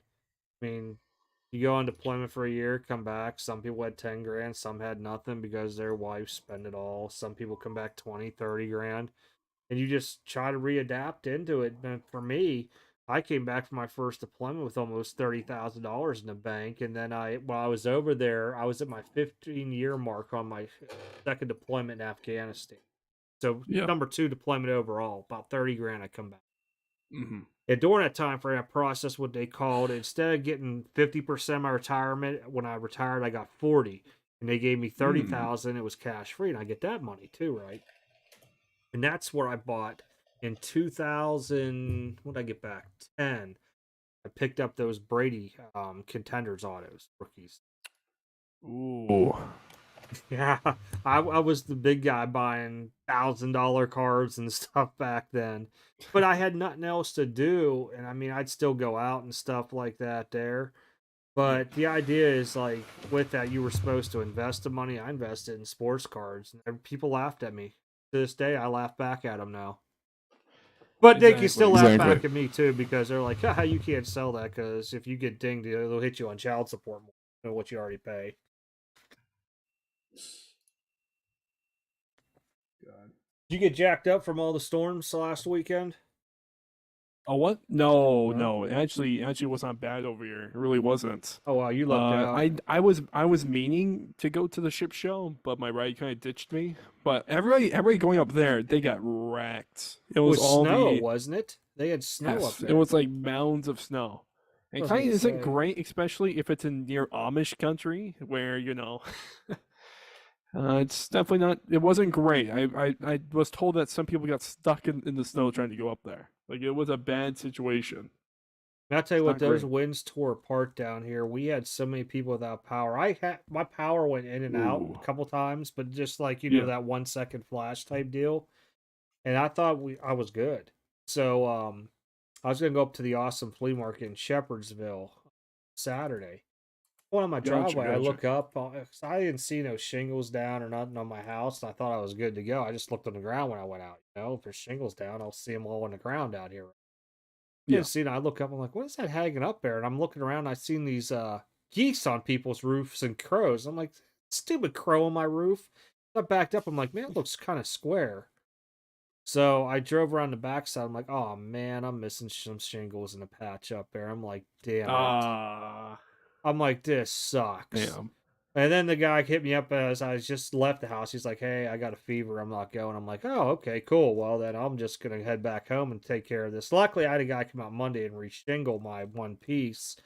Yeah. But he told me, he's like, hey, this stuff, you get some more heavy winds because of with the torque that was up here, you're going to have to get your whole roof replaced because the shingles will pull up more from whatever the tarp, I think he said tar, something about tar. Well, anyhow, then we found where one of my, you know how they have like those roof exhausts to let out all the heat, like it could be from your dryer, your bathroom, whatever it may be. One of Yep. mine up there where it was leaking from when a tornado came through Mayfield a couple years ago, and I complained about it to him. He's like, I can tell you what's wrong with that. It's not sitting there right. It pulled up. So you got to retake all those shingles off, put flashing in, reshingled it all around just to reseal that thing back in there. I'm like, really? And so it's all coming out of pocket because this stuff's under $1,500 to fix. Yep.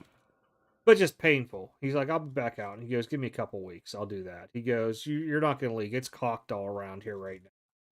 You should be fine. He goes, now you're always going to get water leaking no matter what with shingles in the house when you got 40-mile plus winds blowing at you.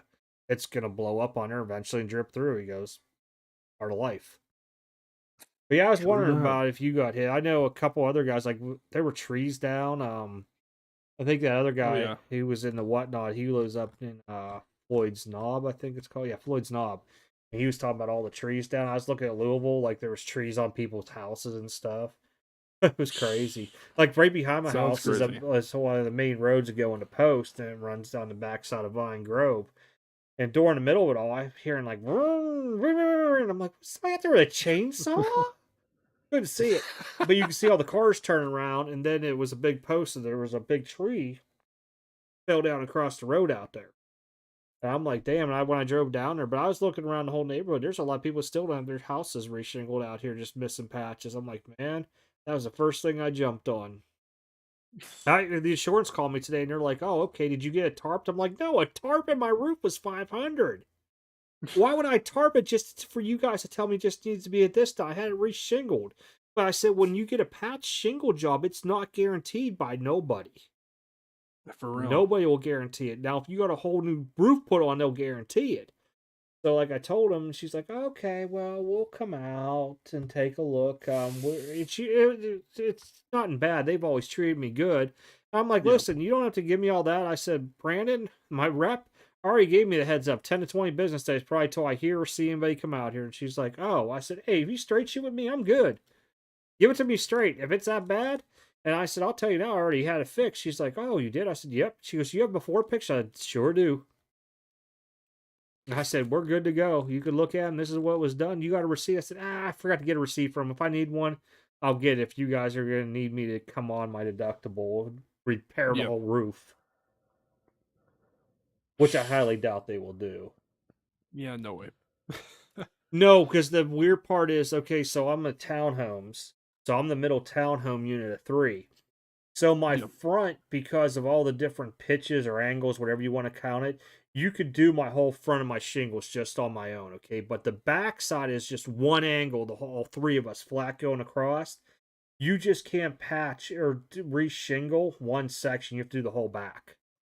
So if Interesting. So here's the thing, yeah, because if where you would link them in together, they told me, you could get leaks and all kind of stuff onto it.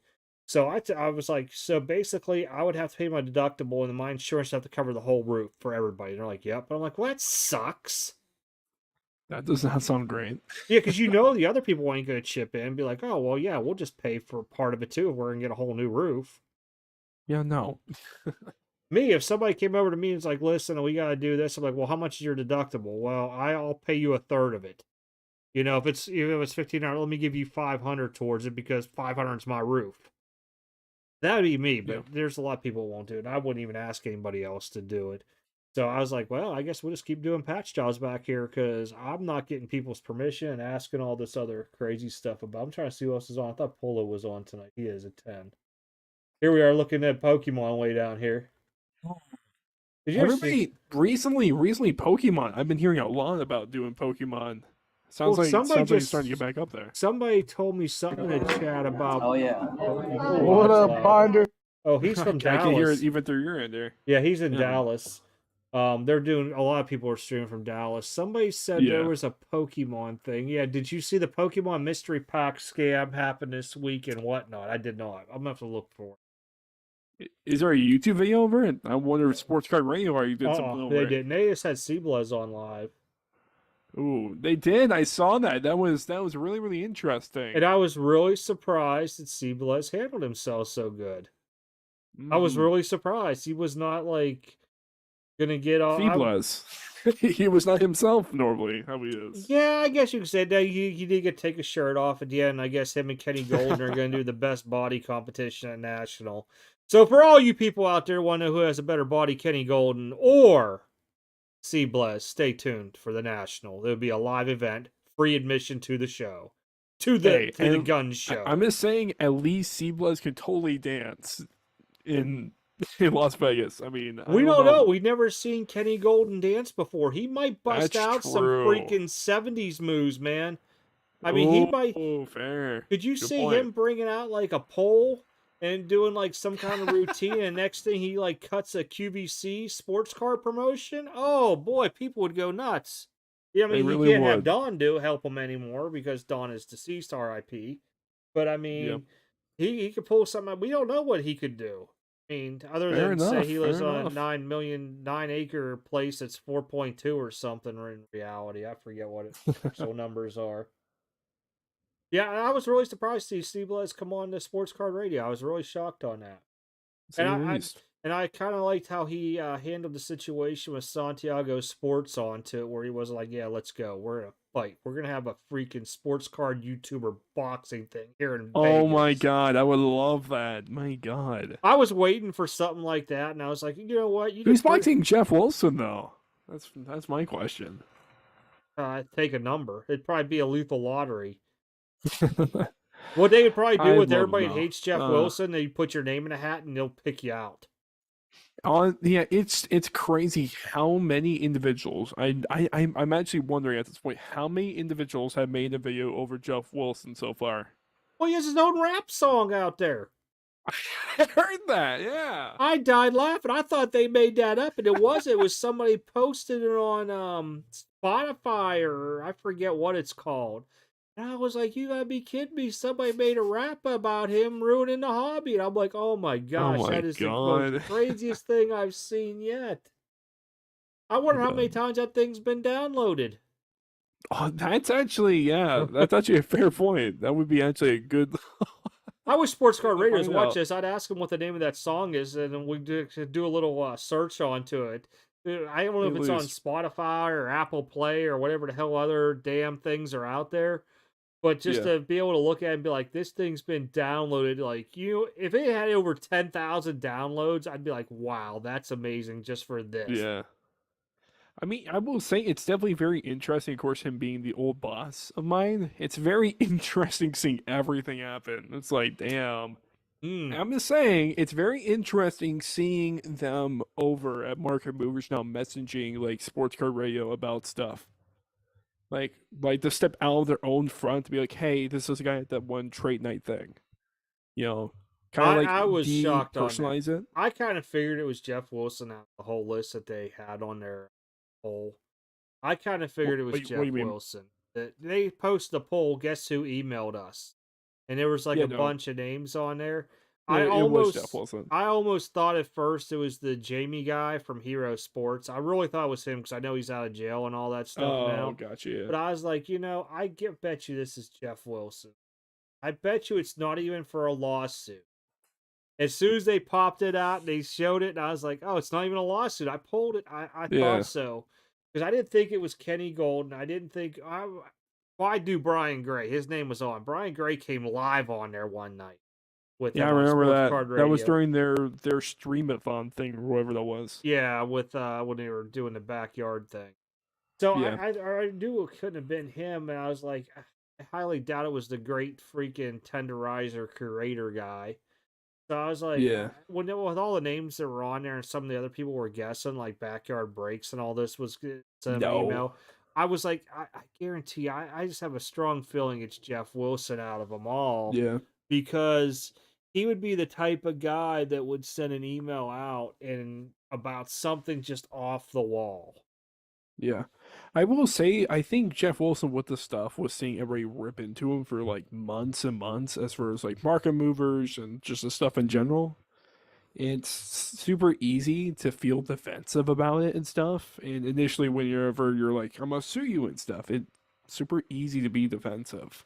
And then standing back is like, oh wait, but then there's some information I can help for the public.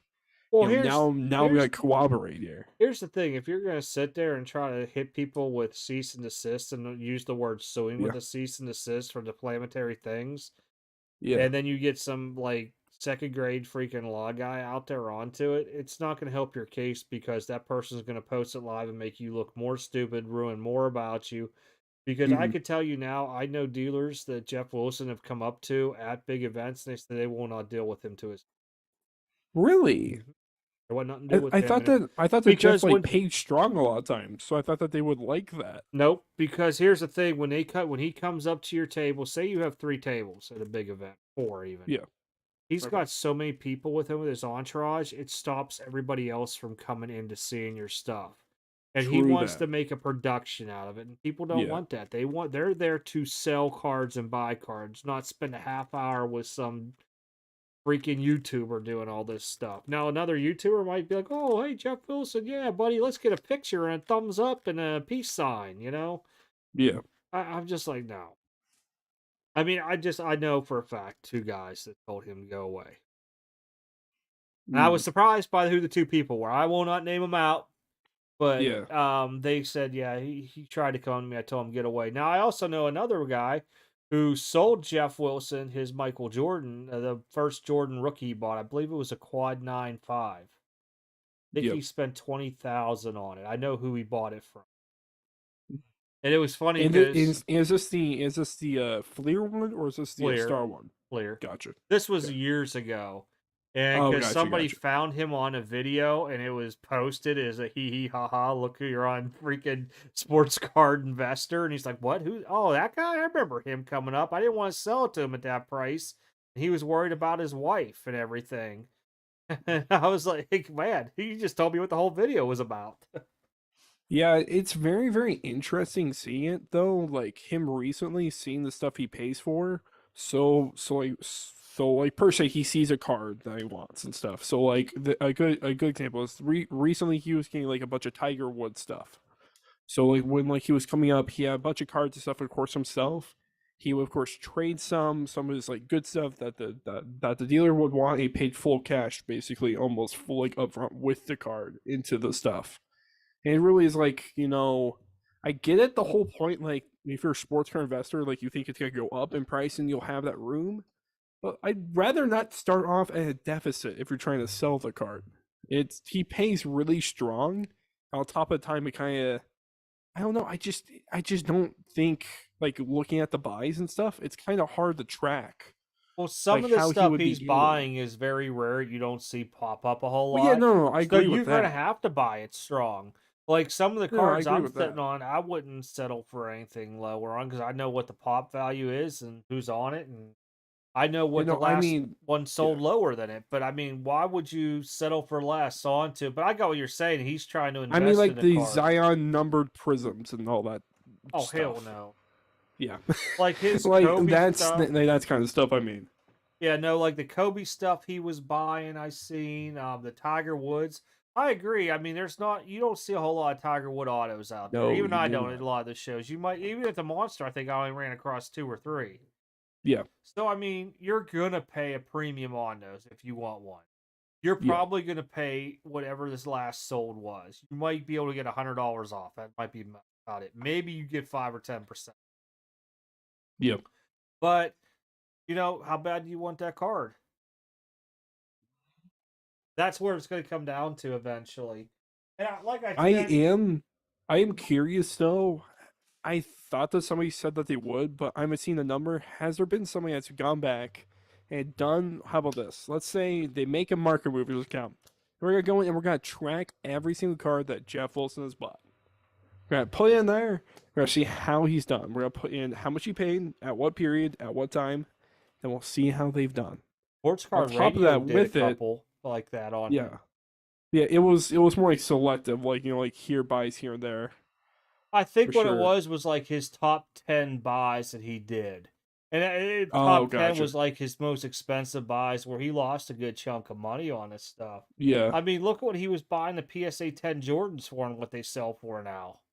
yeah, but Players. again, too, I guess the question is, how would you compare that to the market in general? If he's exceeded and lost compared to the market, that says something. But if he's done what the market's done, just card wise, maybe it's not as I bad as we think. I don't I know. don't I don't know think what to think on about. stuff like that there you could use market movers to assess a price No. because he's only getting a snapshot of stuff that's being sold. You're not getting what's sold in person on Facebook, Instagram, my slabs, Well, I would say all. with it too.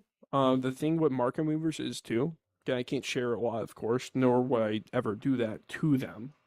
But there's a good chunk of cards, depending on the times, that are the obscure or the more rare stuff that it's really hard to track on market movers. It really is. Yeah, Even I'm with the sure. stuff. Like just me using it, me being on the back end, I'm not gonna share back end stuff, of course, but there's quite a bit of stuff where you go in, I can make specific like 130 point like searches with like parentheses, quotation marks, and I can easily pull it up.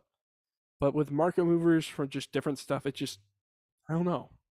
Even on the back end, it's just But that's the I thing don't is, know. if There's so much stuff that's left off there. There's a ton of cards that are left off there. if you think about it, if you could, a lot of cards you could find what they sell for, multiple prices, tens, hundreds of them. Exactly. When you start getting, and there's only been 3 sold in the last 90 to 180 days, that's when you got to start looking more deep into it because Yep. just because that card didn't sell on eBay, it could have sold on Golden, PWCC, Yep. Heritage, My Slabs, and all the other places that there's no record of a sell onto it. Mukari. I mean, WhatNot, there's another one, no record of sales because half the people do Yep. card one, card two. But I mean, Yep. there's a lot out there onto it. You just have to be really smart. If you're a seller, you have to be, hey, I know this card just sold for this on a Facebook group, so I'm not going below it. And if the buyer don't like it, hey, good luck finding it somewhere else. This is where I'm Yeah. at. Because I know right now I can go in that room and get rid of this card, and I'm only going to pay lose 2.9% And PayPal. that's the thing. Going back towards like early mid 2010s, that's the point in time where like I first like enter in the hobby. The first year I'm mostly entering the hobby was the 2012 year, of like Angel Luck, RG3, all that type of stuff. That was my first year. Was all that hype. And going in it, the biggest thing for most dealers at the time, of course, was the Becca book. Becca's always what you went off of. Or on top of that, a lot of times you went to more rare item and stuff. It's like, what's like available? Because at some point, if you're gonna buy something like that, either you need to pay up for it for like whoever like has it listed or like whatever. It's hard to find, and so like it's like recently, I've been buying like a bunch of like UFC stuff actually. Recently, a lot of that stuff's really obscure because it's from the last 2 years and it's not printed as much, and there's only a few parallels compared. And so when you're going in there and stuff of the certain sets and stuff and looking through it and stuff, it's really obscure. So like the other day I got a PSA 10 gold rose. Not even gonna attempt her last name. I'm gonna butcher it. But she's like the biggest female UFC fighter. She's been in it for years. And she only has a few like a modern like type cards, kind of like a Zion Williams. So there's only like a few of those type cards out there of hers. And that stuff, it's like you can't find it. Even the gold's like like the lowest available right now of raw is like 250 oboe of the same type card raw. And it's like it being a PSA 10, I got for 200 value. Seeing sales, it's definitely up and down, but the lowest available even raw is only 200, and you got room. Well, And it's see, just here's the thing when you start looking at what you could buy the card for, say on eBay. yeah, So if it's graded, I can understand that, okay? Because exactly. there's no question on the card race, like with the There's no question condition. with like condition, exactly. Okay.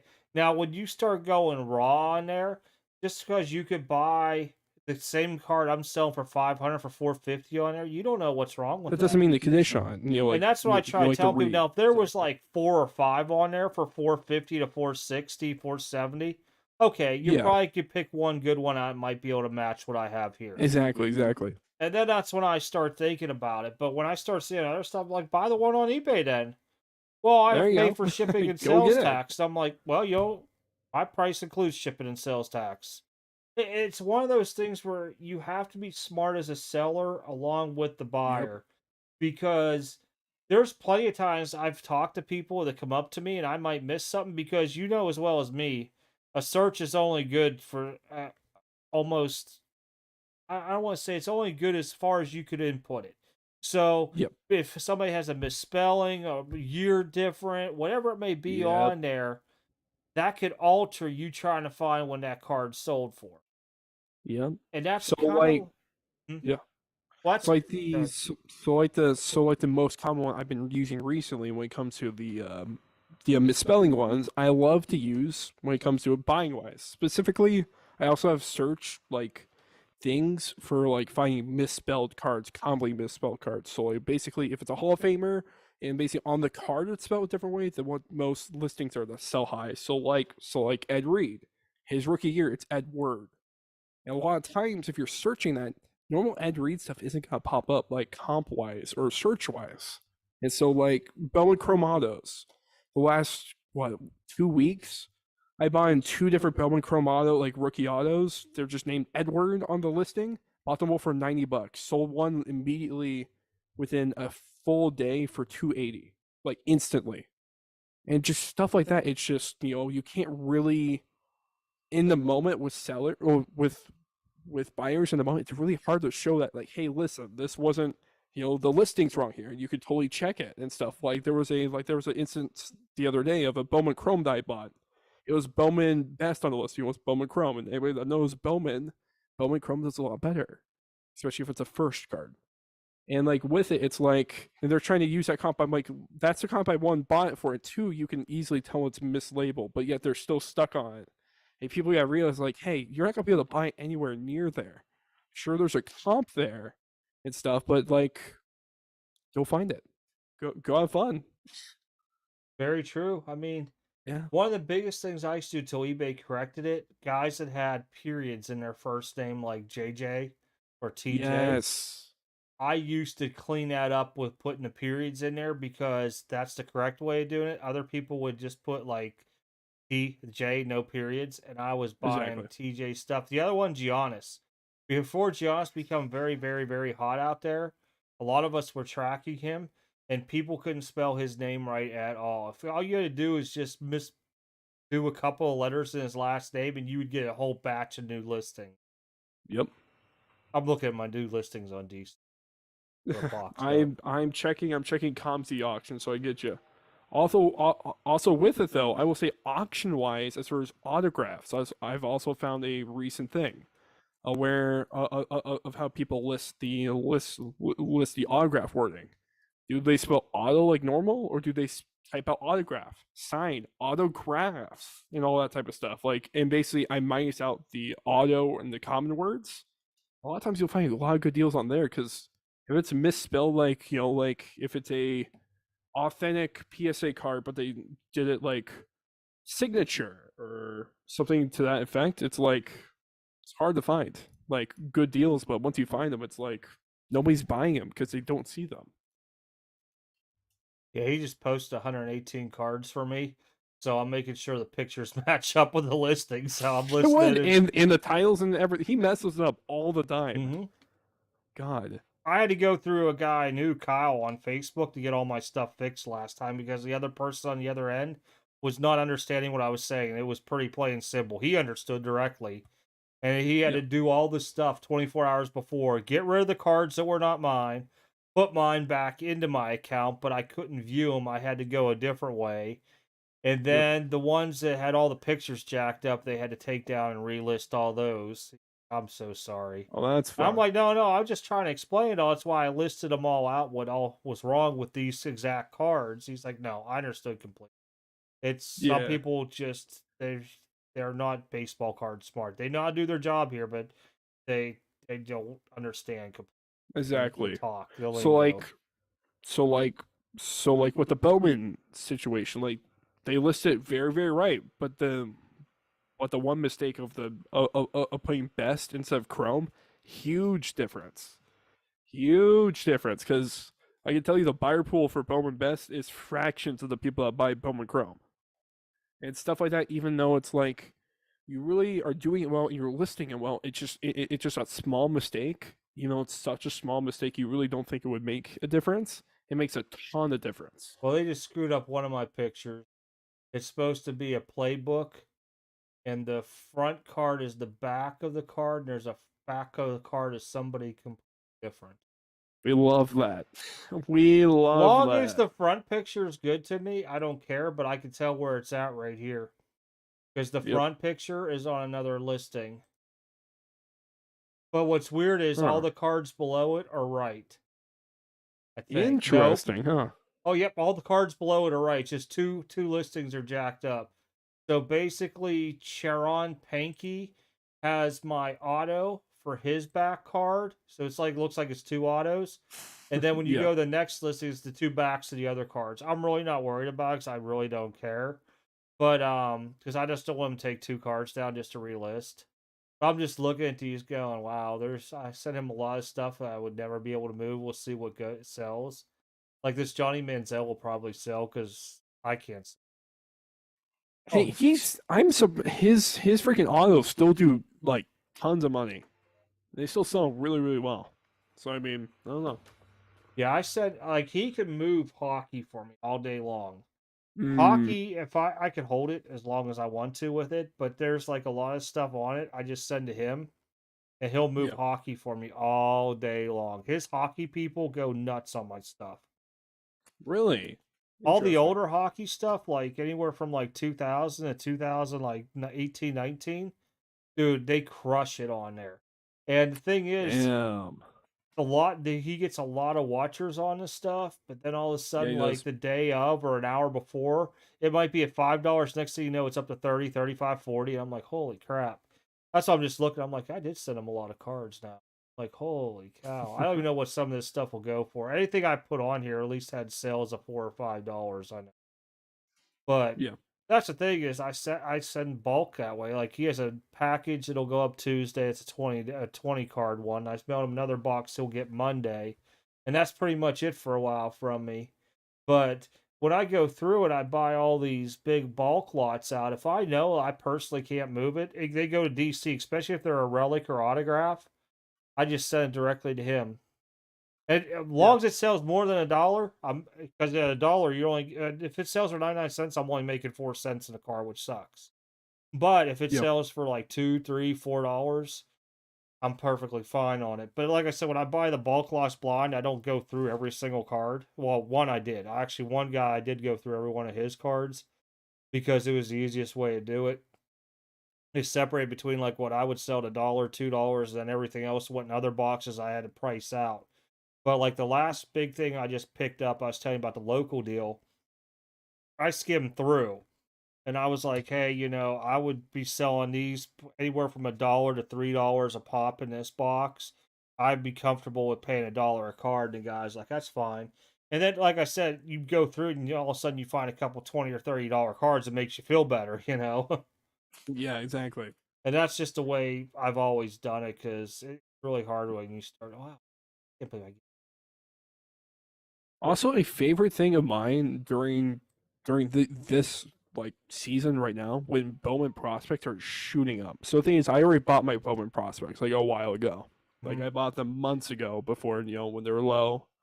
Now everything's shooting up, even like stuff like Peguero, which he's my guy. But I mean, literally his stuff shooting up from like $10 to 20, 2x, and all that stuff. While basically all this stuff is shooting up. In the season right now, when I'm trying to buy normal Bowen prospects, like the big names, I like going through those big, like some dealers at the different shows, they're specifically Bowman guys, and they have boxes and boxes of like Bowman Chromatos of like first. They're just through and through. Check them. Literally, you can never keep up with them. They go up and down insanely too much to be able to track well. And literally, like at the Plainfield show last time that like you weren't there for. There was one of those guys there, and I was just looking at different prospects. And I'm Mhm. like, not here, overpriced. And I find some like there was a Grant McRae that I found for $4. Recently, he's got called up another league thing, and he's your third prospect for the Giants. it's gone up to about $35. It's you'll find stuff like that with Bellman compared to like anything else, and you don't know about it because in basketball and football you'll know if the guy's showing up because it's easy. There's no like minor league system, all that stuff. It's mainstream. Baseball, you never really know unless you're always in it 24/7. Which a lot of those guys, they're not going through those boxes 24/7. No, No way. no, and I think one of the biggest things that I've ever done is I've gone to shows and I'll look at somebody's value box and ask them how much they want for it. We'll just say that the guy has like $500 in cards in there. They'll say, "Oh, I want 300 for it." I'll be like, Yeah. realistically, guy, I'd do like 200 for it because I got to do the work to sell it all, and I'll buy it all just like that. Or, I'll try to get somewhere between like 30 and 40% of the onto it. Yep. Well, they have not, like you just said, they haven't gone through their stickers onto it. Some stuff may be lower, but you could go through there and you're like, whoa, I thought these sell for more. And you go on and you start looking, and those like $10 cards they had priced are now 25, 30, $40 cards. Those are the Yep. type of things there that what I'll do is I'll pull those cards out, and then everything else that was like anywhere that I would think would sell for like $3 to $10, I take it and I bulk it to DC because I'll get my money Mm, back from it.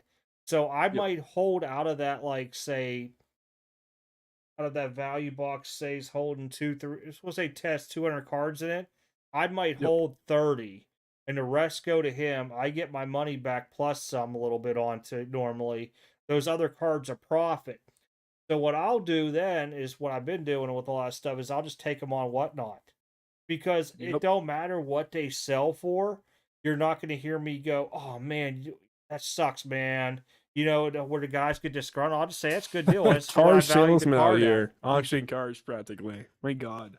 Oh God, yeah, because that they were sitting there the other day. I can't remember. I think I was doing football or baseball in there. They're like, Yeah. these are really good deals. I know they're good deals. I said, I know what their values are at, but I said, when I buy stuff in bulk, I can afford to come on here and do it this way.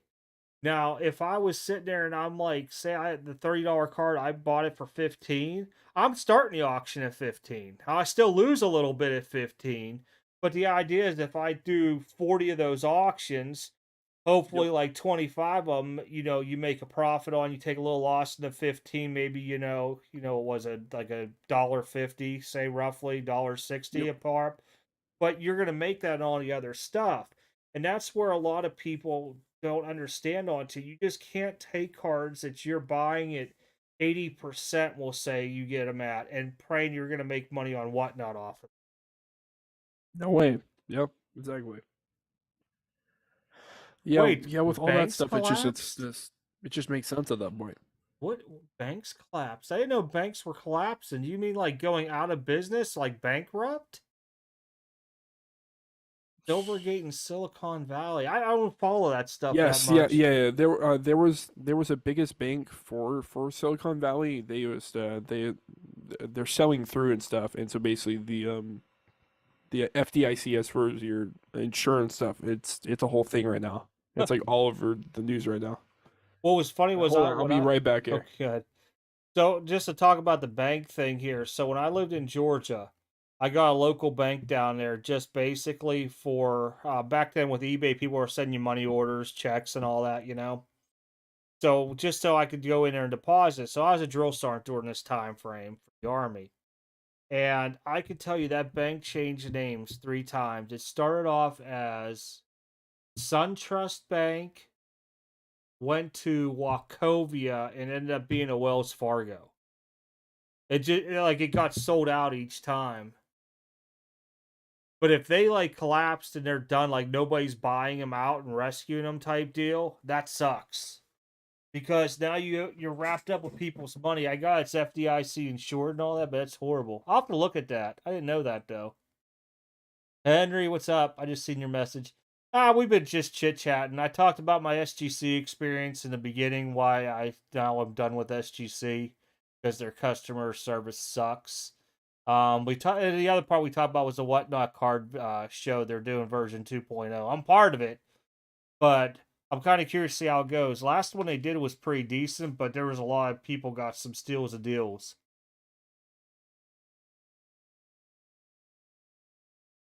So those are all out in California, correct? I know Silicon Valley. Is Silvergate out there too? I know there's a delay. Huh. That's not good. You start having banks collapsing. I ain't gonna lie. I mean, I always had to fear that stuff like that would happen. I bought a lot of gold and silver bars back then. No, oh man, the SGC thing's just bad. There was a card lost. They shipped back to me. The emails were good through the end of January. I didn't hear back until I emailed them March 3rd. And then I emailed them last Friday. They were supposed to give me an answer from their team member. I'd email them Thursday saying, what's the status again? And it's just bad across the board. Yeah. Huh. No, and it's not even a part of having bad luck. It's bad customer service, really bad. I was never treated like that with Beckett or PSA. And I haven't agreed with Beckett in a long time frame, and I can tell you there was a package loss with Beckett before, and they handled it so professionally, and I had probably at least an update twice a week. Even if it was no change, they still made sure they were thinking about me, and that's what I appreciate. Mm. Yeah, They there's a valued me as a customer. Huh,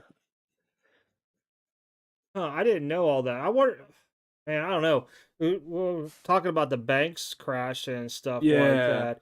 With the gold, crazy right like I now. said, I bought that gold and silver bars a long time ago. I mean, silver was like freaking Mm. 10 under 10, I think it was almost $8 an ounce when I was buying it back in the day. And gold was, oh gosh, I know it was well under 1,000. I think we were buying it at like 700 an ounce. And being whenever we were deployed in Iraq at that time frame, the exchange rate over there was even more stupider. So we were getting like gold very dirt cheap. Plus, Dang. then we when we went to Afghanistan, we brought back these boulders. So I mean, when I say boulders, I'm talking like bowling ball size rocks that were called lapis something. I can't think of the other word. Well, anyhow, there was a lady that made this custom jewelry out of it, and she was buying this stuff depending on the swirls at outrageous prices, and we were buying them at like $10, basically selling the rocks for like 400 or 500, some at 1,000. Insane. And then we all bought gold and silver again back then too, because it was right after the market crash with housing. Yeah. Yeah, I seen that because I have some gemstones still here that I got. They're real rubies, some real emeralds and stuff like that. I just have to get them one day, send them off to GAI and get them all done up. I did a lot of this stuff. I did a crossover. I bought diamonds in Afghanistan, and what's funny was the guy, the Afghan civilian, let me take him home with me on vacation, okay, to get him appraised. So I was in Atlanta and we went up to one of the local I forget what the name of it was, but they own like a bunch of jewelry shops. It's not like Zales or K's. It was like a local one, but they have like a couple shops. And I walked in telling them, hey man, I'm in the army. They let me bring back these diamonds. Can you test them and all that? Well, first he tested all these other rocks. Half of them were fake. The rubies and emeralds were rare. He valued them for me while I was there. Told me I'd be a fool if I didn't buy them at that price. Then the diamonds, because they had these certificates from Pakistan, which made me very wary. Like you had clear diamonds, there's a blue diamond, blood diamond. I even had a yellow diamond and a black one, which I didn't know Yeah. they come in all these colors, other than blood diamond, regular diamond, right? Yep. He's like, they all tested real, and he appraised them there. He said, I can't give you like the exact clarity and the hardness. He goes, but I can tell you they're real. And he goes, just by eyeballing them with this little loop thing that he was using up there and some other thing he was testing with, he said that's probably pretty close to what we would give them if we had to send them in through one of the, there was two major, I guess, gem graders back then. I don't know how many there are now. Mhm. But he told me I'd be a fool not to, because I had to withdraw the money to take back with me for it. But yeah, I picked everything I could up out there at that time frame. Them dudes were just money hungry. I'll never I forget. would It only was imagine. Lapis something. It was called. I want to look it up. Was it blue Lapis by chance? Azul. Lapis Azul. Yep. Yep. Lapis Lazuli. It says on here. Why it says. Yeah, that's it right there. These blue rocks. We were Yep. bringing them back by bowl The only rate. reason, funny enough, I know that's from Minecraft. I'm not even gonna lie to you. I'm not even gonna shit you.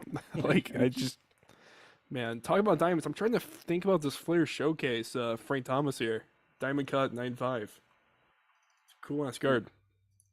I'm sorry, I can't support that company.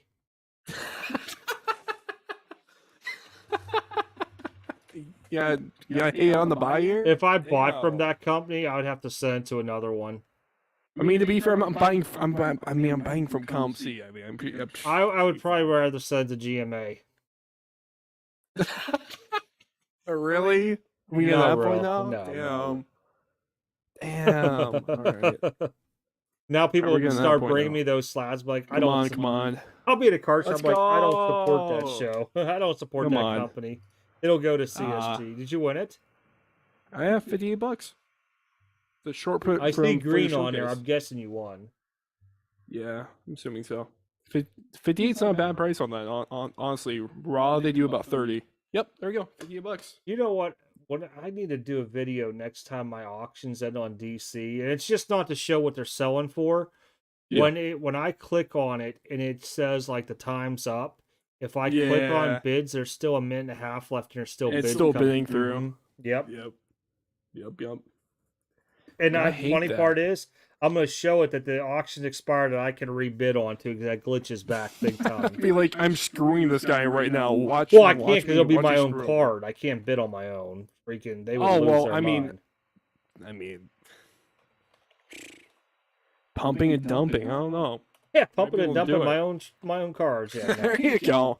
Paying double comp for myself. Why not? Yeah, I'm buying my own card. At that point, why not? Why not? But yeah, I mean that's definitely a cool ass card though. Always really hard. Like, God, how many cuts are on this card? I'm actually wondering how many different edge directions do we have here? God, don't even want to count. But yeah, I mean, definitely stuff like that definitely does well. I've Oh, been, man. like I said, I'm mostly just, if I'm on eBay, I'm just looking for Sidney Crosby autos recently.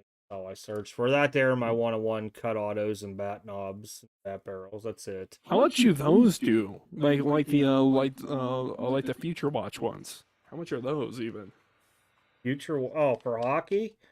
Yeah. Oh, shoot. Sidney Crosby was at 20,000. I'll tell you here in a second. Damn. I don't know. I think I told this story to a couple people. So in 2015, I retired from the Army. And I was living with this lady, a girlfriend at the time. We're still friends, but I was doing a lot of sales on eBay and stuff, and I was just turning, burning, right? Yeah. And before flipping became the key word and hustle.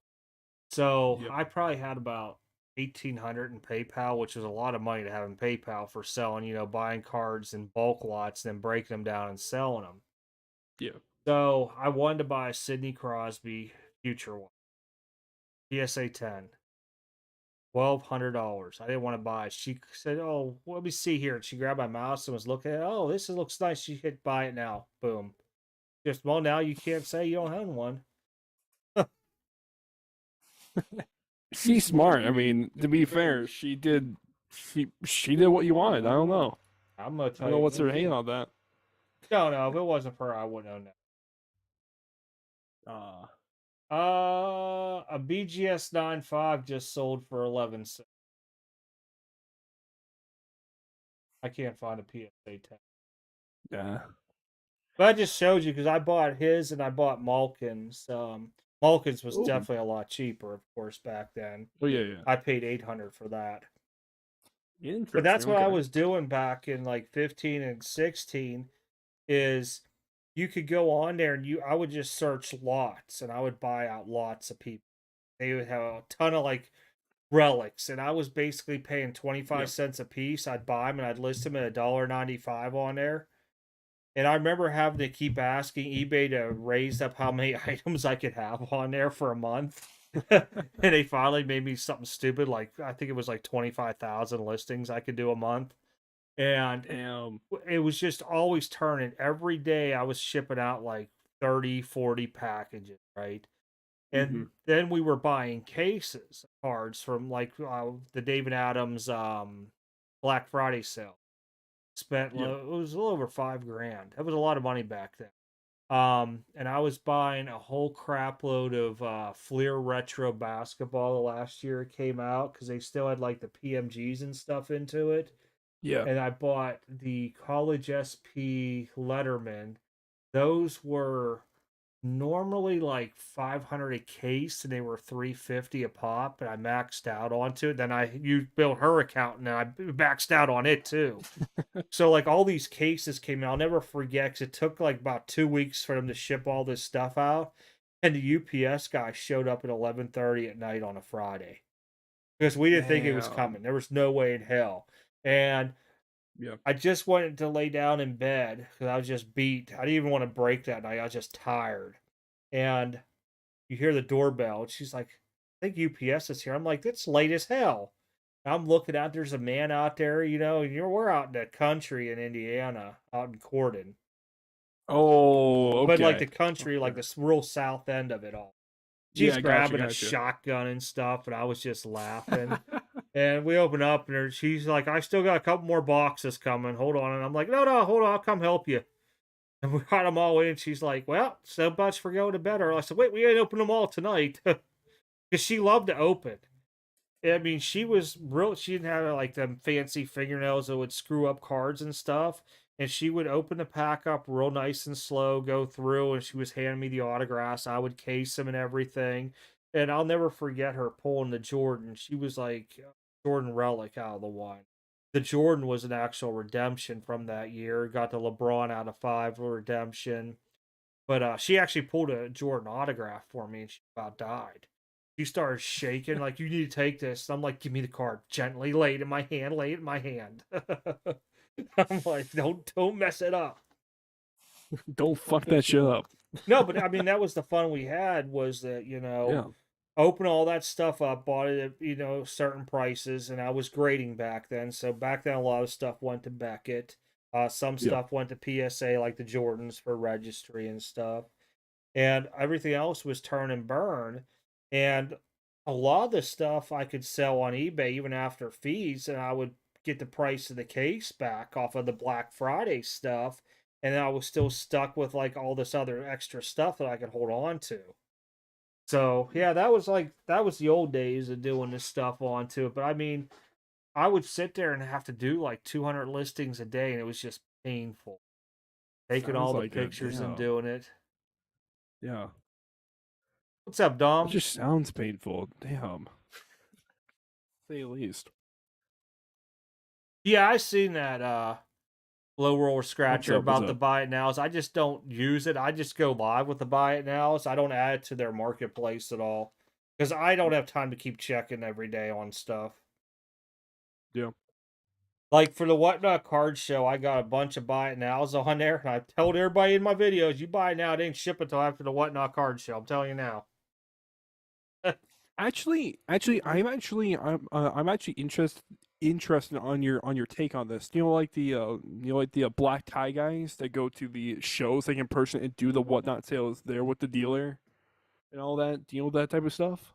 So what is it now? Okay, so there's a guy on whatnot. His name is Black Tie or something like that. And so basically Oh, I he'll thought you go said to something else. I was like, what? yeah, no, Black Tie or something like that. And Oh, so basically, tie, he'll tie. go Okay, there. yeah. Yeah, he'll go there and he'll show the cards, and they'll bid on the cards right there at like the Dallas Card Show. And he's streaming on Whatnot, showing the cards in the Oh, from dealer's from case. yeah, the dealers. Yep, and then the Yeah, dealers go pays the dealer. I always feel weird about that, being a dealer and stuff, and I don't know. I really don't know how to feel about that type of stuff. It just feels weird. Who was doing that originally? It was Breakout Cards was doing it, and I can't remember if he was on Were they? WhatNot doing it, but there was somebody else on WhatNot one day doing it, walking around, and he was just giving the guy the cash afterwards. Now I'm guessing because he went live from two different dealers. I'm guessing he already Yep. worked it out ahead of time. Because saying Yep. like, hey, I'm gonna lose 11% there, and for me doing this, I want I can give you 80% value, whatever it sells for. Those guys probably ate it up. But there, I Yeah, think Breakout yeah, I Cards was doing it though. I think he did it from YouTube, but he was doing it like as a buy it gotcha. nows. Yeah, I remember with it. Basically, he would be like, buy this. It basically auctioned off the like individual cards. He's one of the guys with like four different people there with him. One guy would like grab the card, mark it. One person would basically write down how much, and the other person would like put it in their spreadsheet. And Yep. so basically, at the end, they would basically lock together, and then they would like do a percentage off of like the sale type of thing. Huh. And so the margin is their profit after the fees. So basically, it's like, okay, well, sold for this, in the seller dealer guy, he's like, okay, well, the thing is, I can do this on this card. Like here, they'll basically auction off at that. They'll basically have already sold the card, and then afterwards retroactively try to get a percentage off, and that's their margin. That's really weird. I don't know how to feel about that. It's kind of strong arming the dealer. It is. I wouldn't be if somebody did it to me. I wouldn't. I'd be like, no, I can do my own Yeah, sales. I agreed to that price. Why would I go lower on basically every card? And you already sold the cards for that much. It puts the dealer in a weird spot. Like the cards are already sold and stuff. I just want my cash out that I agreed to you for, but yet you sold them all off net that price. But yet you're trying to get me to go lower. It's weird. I don't know. Yeah, Really weird. I don't know. That's just some crazy stuff. I've seen people doing it, and I'm like, no. Yeah, and that's why I've seen that so many times. I'm like, it's great as a buyer if you're not able to go shows and maybe for bot time stuff. It's great. It's a great business model.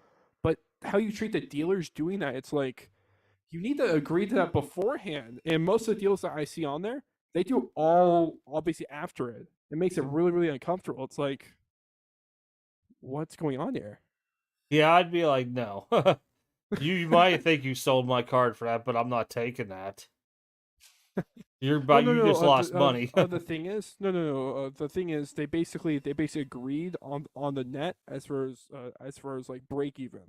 They uh basically auction at least break even after whatnot fees for what oh. the guy sells it for.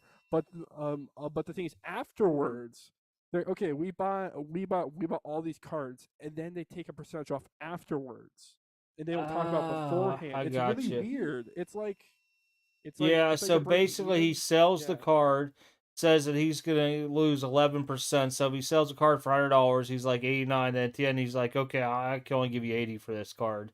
exactly. No, And the yeah. thing is, beforehand they agreed to the $89 and basically adds for the fee on the sale on the auction. But still, the thing is, afterwards he's like, oh wait, okay, we bought all these. Can we do a percent off of that? Even though he already sold them for that net. It's hmm weird. I don't know how to feel about it. I'd be like, nope. Yeah. It I always hate when dealers or buyers or whatever strong arm it. They try to get their way and all that type of stuff, and it's just unfair. It just doesn't make any sense to me. It's so weird. I don't know. I'd be like, no, sorry, dude. Yeah. But they make a ton doing it. I mean, they really do. It's shitty. I agree. It's terrible. It's like, damn. They buy probably in a day like just thousands of cards, and it's basically almost nothing out of pocket because the thing is, it's all just liquid. Just they already have the cash coming in for it. No, I would never do that. Most of the time, if I see, like for me, if I see some cards I know somebody would be interested in, I text them and I'll be like, what's the most you'll spend? And then I'll come right out there and be like, hey, this is my offer. And when they go live, like, dude, here's the text message from him. Look, that's Yep. as low as he's going to go on to him. If you want him, I'll pay you the cash, or he could PayPal it to you and he'll add on the fees too. Take your Yep. pick, but either way, I'll walk out the card and I'm handling the shipping on it for the guy. Yeah, it's just on cards like that. You would think that you would do that beforehand. You would agree, like, hey, I'll pay this, and then you auction off after you buy the interest. It puts all the risk and stuff, all the weirdness, all the weird interaction stuff on the dealer when the dealer never even asked for it. He's just sitting there dealing, and you come up to him and do that. It would make more sense to me just going to the card show, buying everything, and then doing a whatnot thing afterwards. Exactly. Like buy a dealer out, then do it. Hmm. Many people are thinking they're getting steals of deals that way, and just like a Yeah. freaking, like a magic trick, like the illusion of hand thing. Oh yeah, it's definitely a good deal. I Yeah. mean, you're still paying that price, either regardless. That guy's going to try to make some money that way. Yeah. I mean, granted, he still has to do the shipping on and stuff like that. I can understand why he'd Yeah. want a percentage on because you still got to take time for the bubble envelope and all that other stuff. Exactly. I mean, I would be like, And that's his listen, profit. give me some cards. The bottom you'll take. I'll put them on here. At the end, I'll give you 80% because I got to pay 11 to eBay or to Exactly. whatnot, and the other bit's going to cover my Yeah. shipping and my time doing it. And that's the thing. I would do it that way. I would just be like free do it with them, but they don't. Afterwards they do it. Yeah, that would make for an awkward moment. I will tell you that on like And the live funny thing video. is, if you watch your streams, you notice it. The guy with the camera, the main guy, he walks off to the next dealer with some of the guys, and he leaves one guy there with the sheet, then to do the percentage off. And he's sitting there with all the cards in his backpack because the thing is they already load the cards into their backpack after they marked it, and then they do the percent after, and they leave the big strong guy sitting there to then strong arm the guy to do like a 90% off of what the dealer said that he could. Which, I mean, 90% isn't unfair, but it's also unfair how you did the deal though, because you don't know if the dealer can do that on every single card. It's not really of choice. Yeah, that's just stupid to me. I Oh don't yeah. see the point of it. To me, that's kind of like being very disrespectful onto it. Oh yeah. To say the least, to say the least. But yeah, but but but that bank though, everybody's talking about it right now. It's the biggest. Is it the biggest Silicon Bank? Can somebody in chat like verify that or something? Oh I yeah, I thought was it gonna look was. at that. That's what I was looking up. I knew I was doing something, then I went to the Crosby thing. And I was like, what the heck was I looking for? So You heard Ohio laws. You need auctions license if you sell more than 10K sales per year online. Is that really damn? I can see the state will crack down on online auctions in the future since everybody can run online. True. I mean, is that really a thing? Do you need a license for that? I mean, if they you were do, damn. talking about them doing something like that. But here's the thing, if you're doing your own auctions, I could see having a license, okay? But if you're using a platform that's doing it for you, you shouldn't have to have a license. That platform should. So it'd Yep. be like the example is this. I go to an auction house and I say, "Hey, I want you to auction all this stuff off for me." I'm the co-signer. The only difference is by doing it that way is that guy's probably going to do the majority of the work. With me co-signing kind of like the eBay, I'm still doing the work and the sales onto it. There's going to be something that'll come out onto that because I'll tell you what, those Yep. auctioneer licenses are very hard to get. It's not hard as in like you have to be on like a waiting list like for an alcohol license, but the testing and the processing of them, they're timely and they're expensive. I would assume so. I would assume so. You think signing up a sales tax license is hard? No way compared to that. I would assume I nowhere even think close. I think a lot of people were really digging into that way too much, and I think what it'll end up being is that eBay is going to have an auction license because they're running auctions. Same with WhatNot in that state. Somebody in WhatNot as a business is going to have it.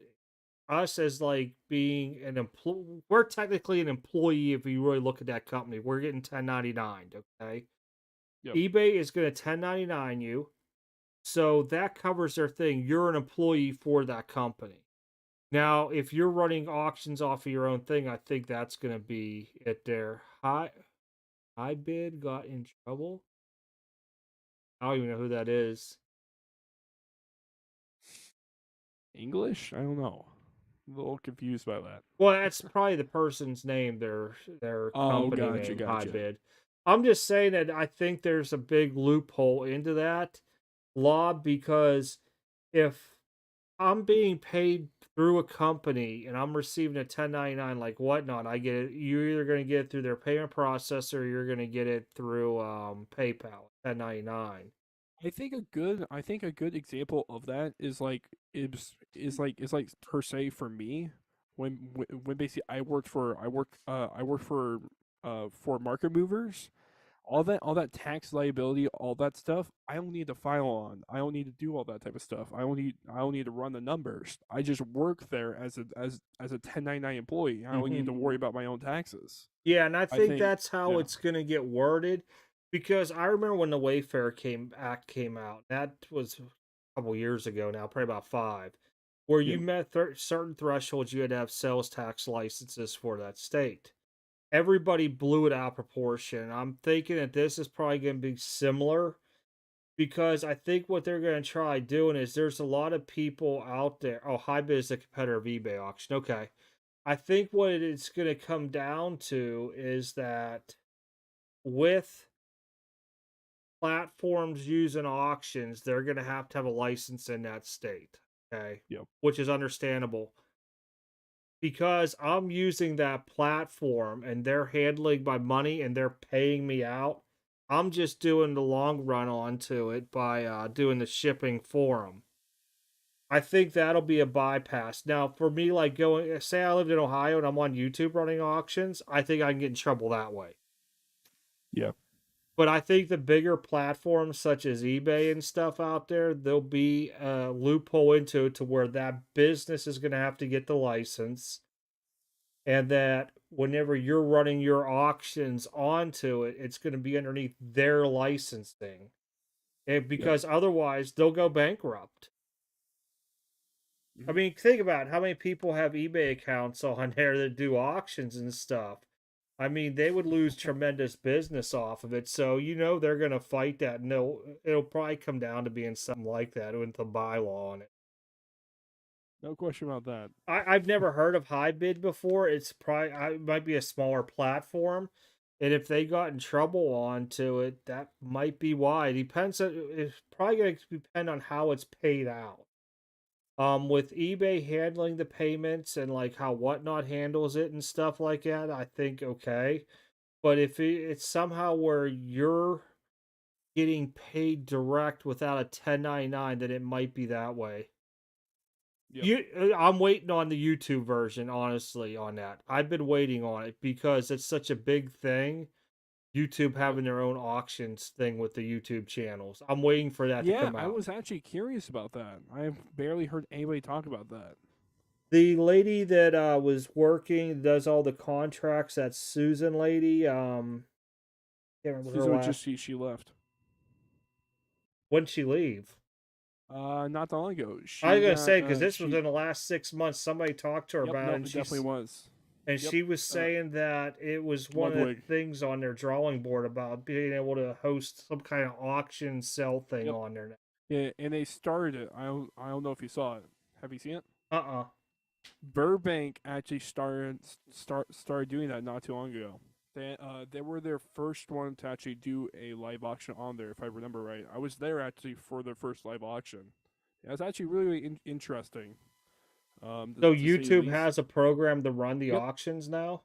Right, basically in YouTube. It's very, very varsed, and they're testing it right now. But the thing is, Burbank's already started using it. Huh. Well, that's good then Yep. because I mean I think that would be a better platform onto because if YouTube's only going to say, "Hey, we only require like a 5% thing compared to everybody else," I don't know what their percentage will be.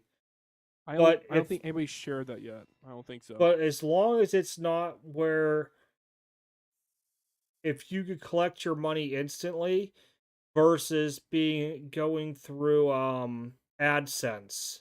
You know, Yeah. if it's where you got to wait till the next month to get your money in AdSense, it'll be a failure. But if it Yep. can be linked to where, like, soon as you do your sales, it's payment process, you know, you could use it could be through Stripe, PayPal, whatever it may be.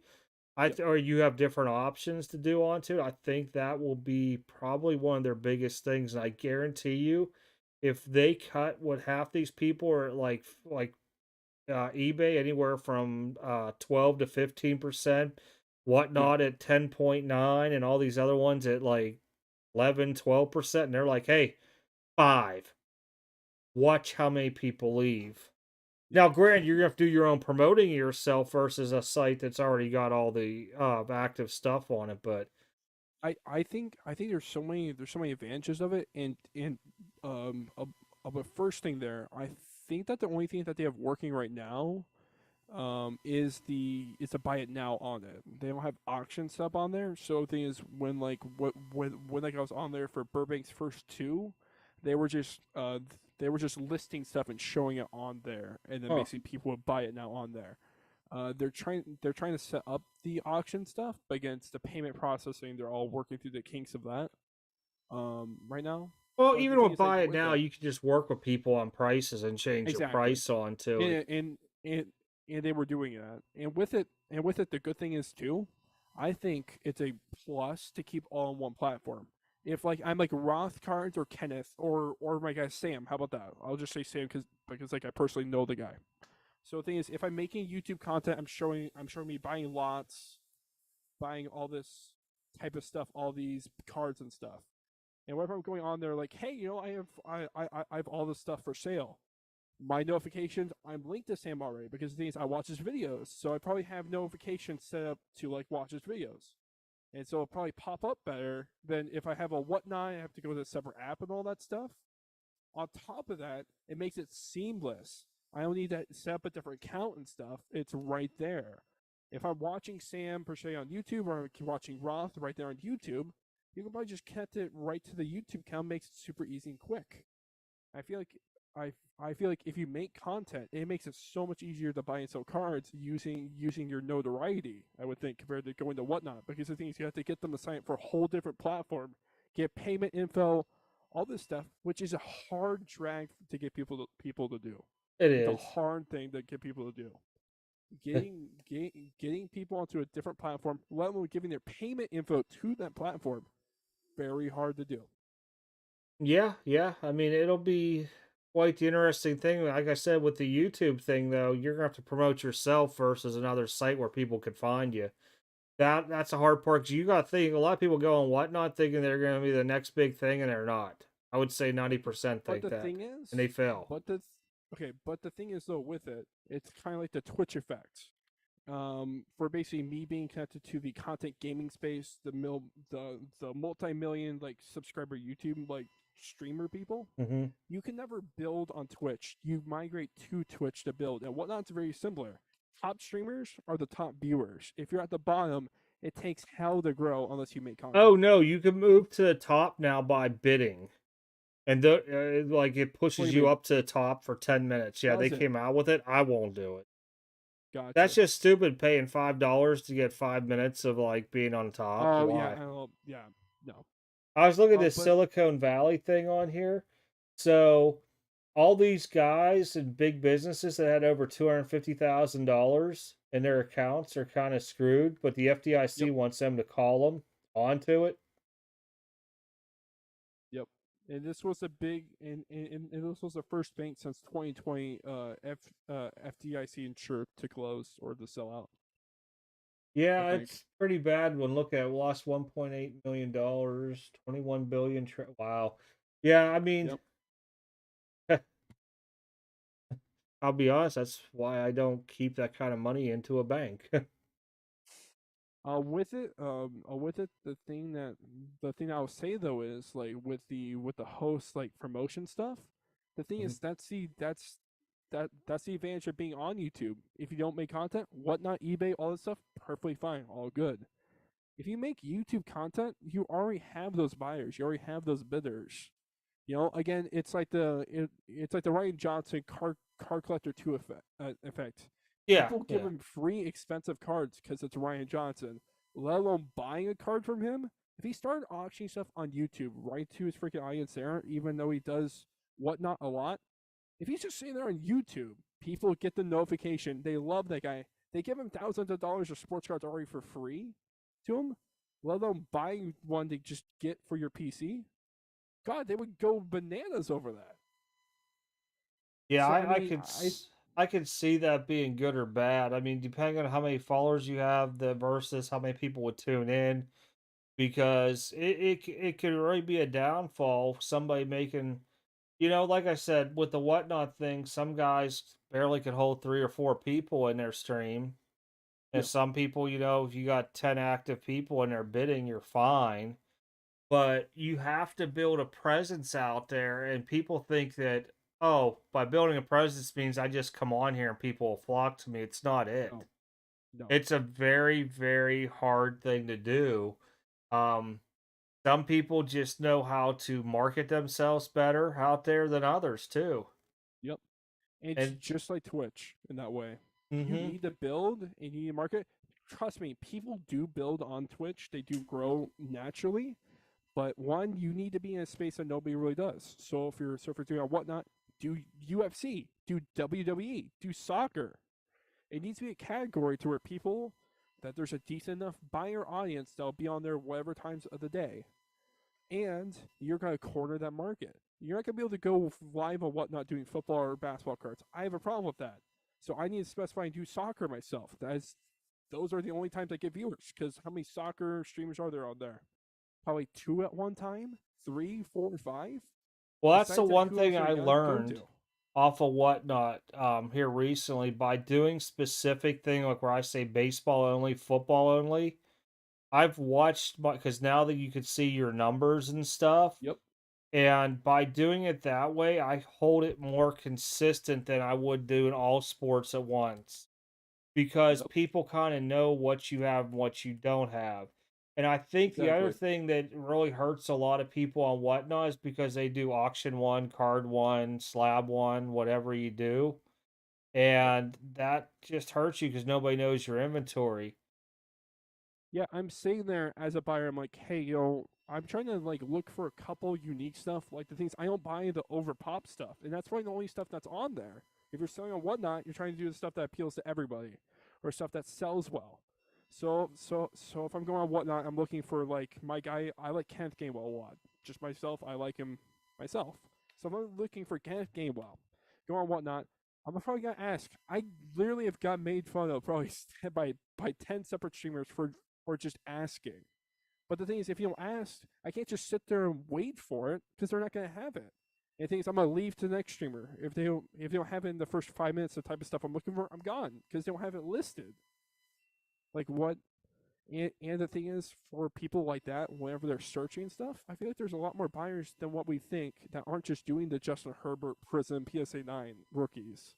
They're going for a lot of that stuff that they like for themselves or the stuff that they like as a card in general. Well, It's hard to find. with the thing about doing free giveaways on whatnot to grow your followers. I think that's a load of crap, to be honest, because Yes. there's guys that have 10,000 followers and don't have 10 people in their stream. People just Yep. flock in there and build extra accounts to do the giveaway, to try to win a giveaway. If Yeah. you look at how many people jump in on the giveaway and then as soon as it ends, how many people leaves, you really don't want those people in there because they're not buying from you or staying in your stream. So that's where it kind of sucks completely across the board. That's It's why like the if you do yeah. a giveaway, do it for 10 seconds so you don't get all the people telling their buddies and logging into 10 different accounts to try to win the card. It's like the YouTuber giveaway effect. Is the thing is you gain a lot of subscribers, but are those subscribers actually viewers? No. No, they're not. And so the thing is, what good are subscribers that aren't actually subscribers? That's I guess that's the question for you. Would you rather have a big number by your subscriber thing and yet have your stuff for your subscriber viewer count suffer comparative? I wouldn't, but that's just me. I don't know. I thought about doing that one with under storage unit fines on the whatnot that he was talking about with sports cards, but Honestly, when I go on Whatnot, I'm not in the cards for a lot, so it don't matter at that time frame what they sell for to me.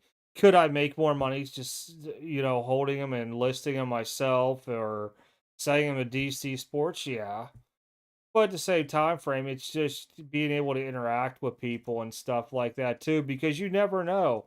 Somebody in there's been buying here's that I've been looking for a card. Like, hey, I know a buddy that has that. Next thing I know, I got a good PC card coming in because of that. So I think there's pros and cons all across the board onto it, but to be top of the chart don't matter to me. It never Yep. has. I mean, the other thing is to really get on top of the chart, you got to stream for a long, long time on Whatnot, where you get a lot of those guys. Like those auctions, they do well because the thing is, at that time, some people are streaming, and a lot of people are like off work. Compared to when either nobody's streaming, nobody's watching, or there's times where there's nobody watching compared to how many people are streaming. There's way more. There's way too many people streaming. It's kind of sweet spot that like you want to hit. You Yeah, want everybody should be streaming at once, but also you don't want to be the only one streaming there. There's nobody there to watch. yeah. I mean, it's just one of those things. I think that anybody that's going to do well and Whatnot, you at least need to have about 40 people in there if you're going to Yep. stream for a long time, because that keeps you up there. But Yep. those are guys that are making Whatnot a true business too, not as Exactly. a recreational pastime to sell some cards. Exactly. That's why I only do it once, maybe twice a week. I was doing twice a week just to unload a lot that I picked up, but now it's back to one a week, and just to give other people a chance to get some cards they might want. Exactly. And then I'm not in for a whole lot of money, and if they go low, it don't bother me to where I'm gonna be one of them guys on Whatnot. It's like, man, yeah, man, I got Oh my killed gosh, on I'm this losing one. so much on this. You're killing me. You're killing me. This should be going for this amount. I don't do that. I think that's one of the most annoying things to go on there and hear that being done. It's Oh yeah. like it makes me want to cringe, I guess And you could and say. and the thing is too, whenever you're checking that card, it kills me inside. And whenever the guy's like, "Oh my gosh, you're murdering! Oh my gosh, you got such a steal, man! I should have not auctioned off that card." When the card went for like 10% over sales, I check and I'm like, it literally you sold it for more than it usually does. But yet he's out here Black and complaining like, gold. "Oh my gosh, you got such a steal." And I'm like, you're just saying that so more people can bid on your stuff and think that nobody else is there in the auction that's really bidding. Yep, that one guy, black and gold, he does that all day long. I'm like, dude, the He does. last like three sales are $20. You just got 30 for it. Take it and run. Stop being like that. I haven't heard about the Funko Pop thing. Yeah, what about that? What about that Pokemon thing too? What was I, up I with that? haven't I haven't found anything. I was trying to look for it. I'll Yeah, I'll ask a couple guys I know it's in the Pokemon big. They might know more about it. They have their own little tight knit community like Marvel and stuff like that. yeah. We always love the great curator with his Marvel. Gotta love that. I haven't heard him talk about Marvel in a long time. I haven't seen a video from him in a long time. Mm-mm. I think he fell off the face of the earth or something at this point. Well, I'm not subscribed to him, so I wouldn't know. Ah, I get you. I get you. Yeah, he just annoys me. I mean, I can understand it. It definitely whenever you come off as overly genuine, 24/7, not genuine, but overly positive, 24/7, it doesn't come off as genuine. No. It just it gives off fake vibes, and it's like it's it's just weird. Like you're sitting here watching a guy try to be as happy as he could be, but it's like internally he's really not. It's just weird. I don't know. Yep. Yeah, I wonder about the Funko Pop feature on CNN thing. I did see recently. God, what was it? There was a landfill of like a bunch of the old collectibles and stuff that was dug up and all. Where was that again? God, I gotta pull that back up. It was a bunch of like old Fleer cards that they dumped. It wasn't like released out. I'm trying to remember that shit. I think might have actually been on Sports Card Radio or something. I'm trying to remember. Uh, Speaking of which, MPJ. I mean, I've been seeing this. God, his prices are dirt right now, like shooting down insanely much. Oh, look at Durant, man. He just injured his ankle again. Sitting there warming up, fucking shatters his ankle. My God, I'm just saying that the ball kid, the ball boy, or like whatever that sweeps the floor. You know he's feeling it right now. The one that didn't clean up the patch that Durant slipped on, Oh like ruined God, him till the playoffs. God, he's probably not even there anymore. no.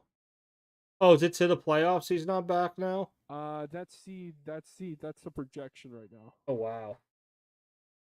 But again, I could be totally wrong, but You know how that's frustrated the last Durant I've must heard. be right now with that Oh happening. God, insanely. He came in. He came to warm up without getting injured. I Like, you mean, gotta be kidding me. I just wanted to go in there and do a couple jump shots and I slip on some idiot's stuff on the floor. yeah, it's just his luck. I don't know. I don't know. I don't know how well everything's even gonna go there in Phoenix though. With like Chris Paul, D Book, and him. I mean, it's a great on paper team, but it just feels like any team like that as of late just underperforms. I don't know. It's whenever you put all that money into a couple players and they're injured, you rely on to your mid and low players to hold that team together. I mean, now, And it's granted, you still got Paul and Booker onto it, so that's not like yeah, they're going completely downhill. But just imagine if Durant comes back for the playoffs, right? And he's had yeah. all this rest and all this time off. If he doesn't have a whole lot of rust, those dudes are going to dominate Oh, no question. because he's not going to be beat up from all season. Yeah. They really should have no excuse why they would not win. But I mean, you could say the same thing about the Nets outside the Kyrie stuff. Yeah, but that Decent when that babies. team there with it was doomed to begin with when they brought Harden, Kyrie, and Durant all together. The Kyrie It's so situation, ball dominant. soon as Yeah, it started with all the COVID stuff, and then they brought in Ben yeah, Simmons with all his drama and stuff, I was like, it's yep, doomed. yeah, no question. What you need to do is when you start trying to put a bunch of vets together, that's always a bad idea, Oh, unless they're really, really good together. yeah, What I would do was like would have put Durant in with guys that are still in their first year, like rookie contracts, to help groom them and yeah, build them that way because then you have a chance at stuff. But yeah. At that point, it's just kind of hard to compete with that. it really is. You start paying all that money for no reason at all. When sports card influencers are pumping Beanie Babies can't go down forever. It only takes one Beanie Baby to go up crazy. The rest of Beanie Babies, true. So anyway, who wants to buy Mo Bamba right now? I heard that guy's on the Lakers. I think he's a great buy right now. I don't know what you mean. Mo Bamba. Like literally, the thing is, if you remember on the server I was posting, like I was buying him up because he was rumored to go to either LA team. And you know, with LA buyers, they're just gonna shoot the stuff up, and guess what happened? This stuff is like up 3x right now. It's insane. And Freaking. literally, he's played worse since he's been on the Lakers. He's played Who was worse, and the his other stuff is guy? still up 3x. Oh, who was the other guy? Bull Bull. He's actually playing decent now. He is actually. Because I joked around and picked up his one Origins auto for like $12, I think, at the show.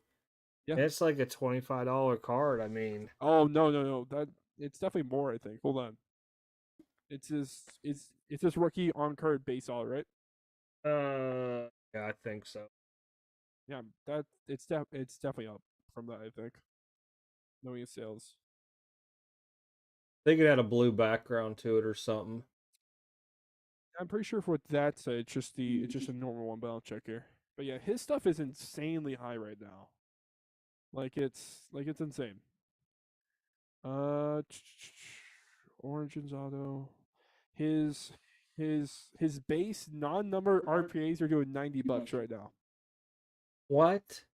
Like it's sticker RPAs, no color, no nothing, no numbering. Just it's a it's a blue like napkin Yeah. with a sticker bubble. $90. Well, I just found at $89 on February 23rd. I'm trying to see if Exactly. there's I another see one. I see the normal one did 22 like what you're saying, but basically all the other sales I'm seeing they're definitely higher. See, I'm see. Okay, there's one for 75. Well, that might have been a great pickup for $12 like a month Yeah, ago. I would sell it right now if I were you. I would sell it right now. I would not be sitting on that. I would just move that so quick. Oh, also today, I moved so much. I'm assuming you saw the trade. Did you see the trade day? Uh, Probably not. Oh my god, the number one pick got traded. Did you see that? I didn't. I haven't watched anything. Hey, check this Yep. out though before you go there. Okay. There's the Okay. Bull auto you can buy for 35 Okay. and sell it for 70. There you go. Can't beat that. There's now I'm looking. There's one for 60.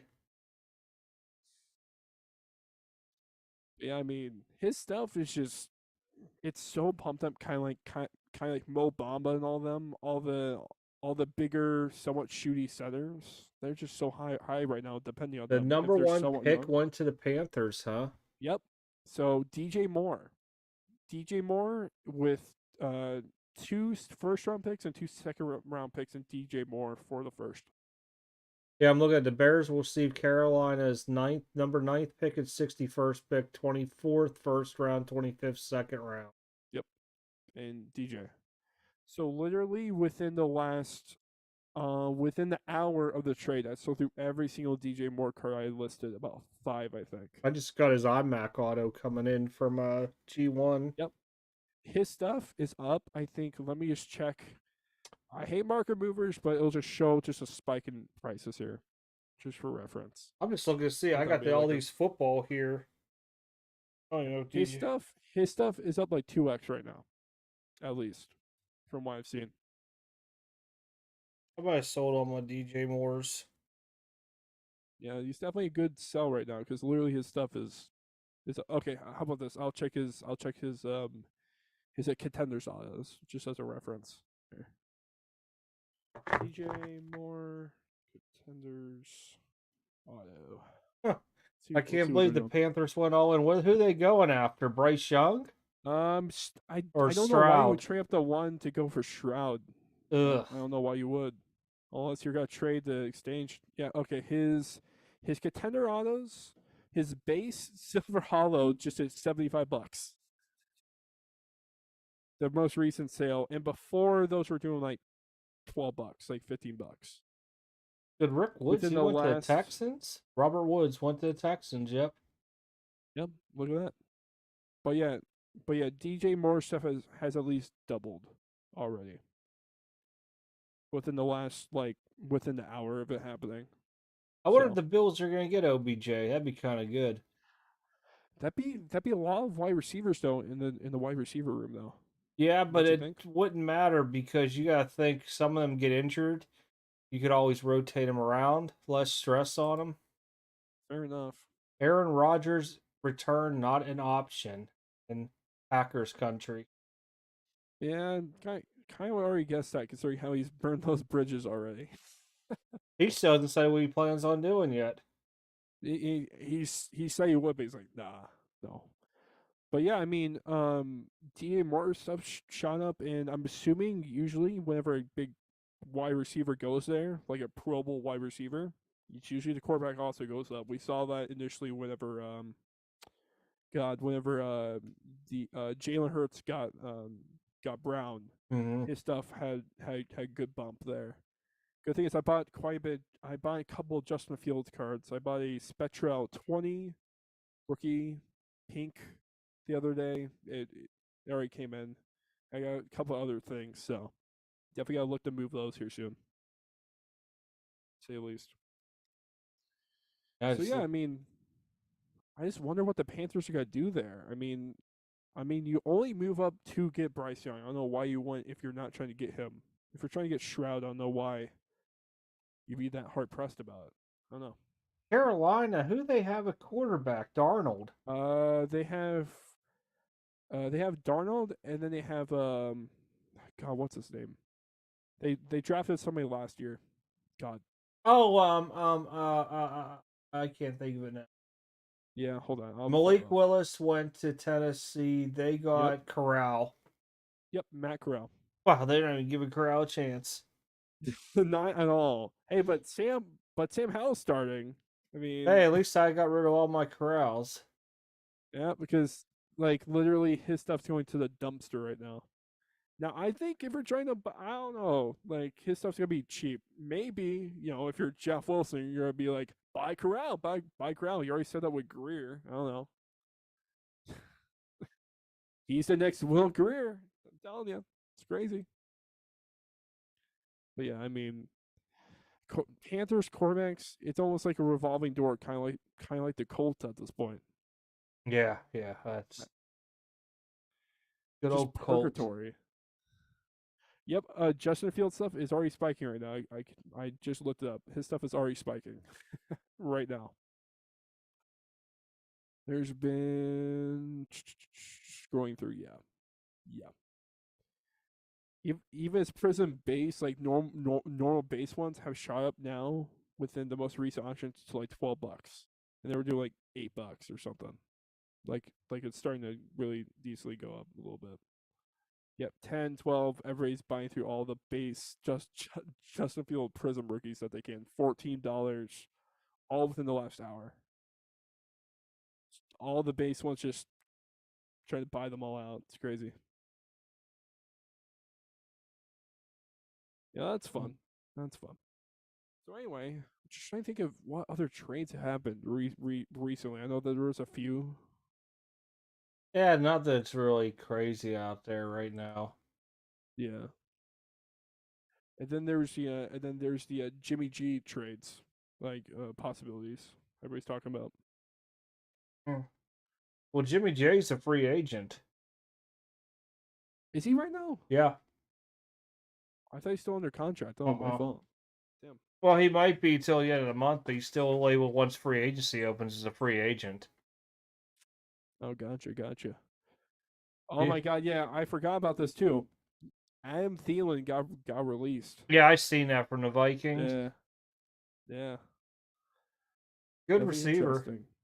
He's good, very good receiver, but I don't. How did he do last year though? He wasn't getting as many targets because they were spreading it out between Osborne and Jefferson Jefferson, and who was the other guy? Osborne or something. I don't know. I'm trying to remember. Well, they also had that tight end up there too. I can't Oh, remember. TJ. Hawkinson is up there. Yep, That's what yep. it said. Yeah, he got traded. Oh, Leonard Floyd also got released. Interesting. There's a lot of good releases actually here. It's weird. Huh. Weird. All right. Try to think what else is going on here hobby wise. Can't even think of nothing. Don't throw your cards. Some NFL players end up playing XFL and USFL this year. Honestly, I was actually curious about the XFL market with the card stuff. Oh, What the who fuck is that the would do? dude that's up there now? Hold on, I'll find it. Because I didn't even McCarron? realize he was playing the XFL and he's doing decent as a quarterback. And I sent a couple of his cards to DC Sports. I'm like, whoa, his stuff's selling really good. Hold on. Are we talking about McCarron or are we talking about the McCarron, that's it. Yeah, I was gonna yeah, say a AJ Bengal McCarron? guy. He was in a Bengal uniform. Yep.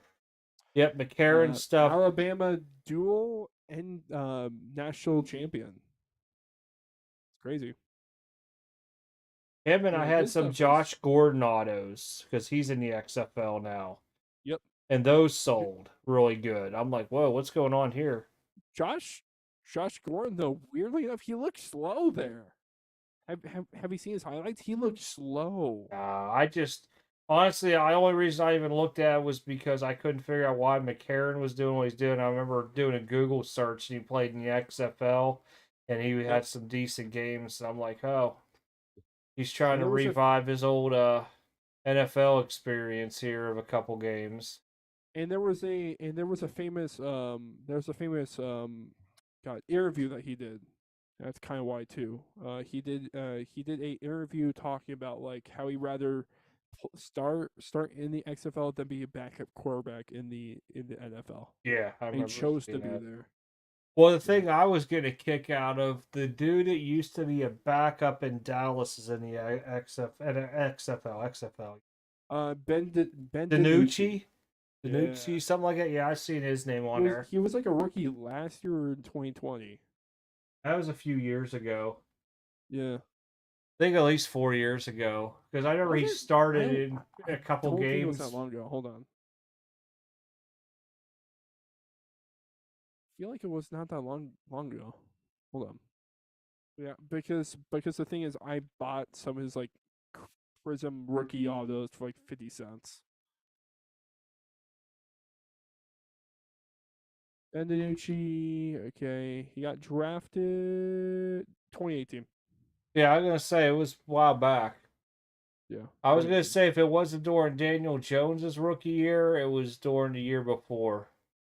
Yeah, Because I remember it, and I remember him playing some games when Prescott was hurt. They threw him in. He had a okay, little he was spark. drafted in 2018, I think, but he's a rookie in 2020. I think is what it is. It could be. It Don't might have quote been me his though. first game he played. I don't know. Exactly. Yeah. So yeah, I mean, definitely interesting though. All those XFL guys. I remember originally with the original like AFL or like whatever it was. As far as Walker. Walker went off if you remember, and this was in like 2020 when the new spring football league came out then. And he was going off, and he went to start as for the Panthers for like a little bit. He didn't do terrible. Hmm. He did average, a little below average, but it wasn't terrible though. So I mean, you never know with all that type of stuff. As long as people's watching, it'll be a market. But you also don't want to be the one that pumps it up. You want to be Jeff Wilson out here pumping shit. No, no, You're no, a no, no. curator pumping Marvel. You don't want to be that guy. Pump that Marvel, PMG Marvels. Oh Oh, yeah, they still sell well though. Star I will say, Wars. Star Wars. It just the thing is, my thing about Star Wars, it seems so narrow. It's a big market and stuff. I get it. I get the 70s like vintage like the Luke Skywalker rookie and all that from the 70s. Like I get that stuff. I can get that. But the new modern Star Wars seems so vast, but yet so narrow at the same time. It's just I don't know. Well, that It's one hard to lady grasp. died that played Yeah. the What's her girl with name? the hair that was rolled up on his sides. Yep. Leia, or whatever her name was. Carrie Yeah, and Fisher is she was who the Carrie name Fisher. Yeah, is. yeah. Her stuff, man, for those cut autos and regular autos are way up in price. Oh That yeah. and then oh, the dude Ford's Ford's autos are also really really expensive. who Henry Ford's. is that Harrison Ford? You mean? Yeah, yeah, Harrison Ford. Yeah, Yeah, his he. stuff, and for some reason, the dude that did Yoda and R2D2. Yep, But those two have always been a favorite too out there. yep. I like the things. I get it if you're a fan and stuff, but just as a regular person that doesn't watch Star Wars regularly, like Marvel as a casual, like you can really get into it. There's vast different movies. There's several different genres within it. I mean, literally, there's 5 different, 6, 7 different franchises within the one franchise. So it's kind of easy to get into. With Star Wars, it's streamlined. It's a Ah, big there's universe, so Sappy. many characters. Oh, Zappy. Where? Yep, there's just his boy Jordan. That's Oh, trade gotcha. night. I just watch it every now and then. I see him showing people. I don't know. I could tell you who the girl was. I don't know if that was Jess or not. He showed a while back. Somebody rated fucking Polo with 7 people. I just look to see what all we sold tonight. I don't even know. Yeah. Well, I think I'm gonna cut it here and get the hay because I am whooped from this week at work. True that. True that. It's already almost midnight over here. So Yeah, I feel yeah. 3 hours almost on here. I feel like, man, I didn't realize it was this late. I started yawning and stuff. I'm like, man, I'm getting tired. I need to go to bed, get some rest for the weekend. We lose true an that. hour anyhow. True that. True that. All right, Time chat. change I'll see you tomorrow. guys. I appreciate it, man. All right. See ya. All I'll right, see you have a guys. good one. Thanks, You everybody. too.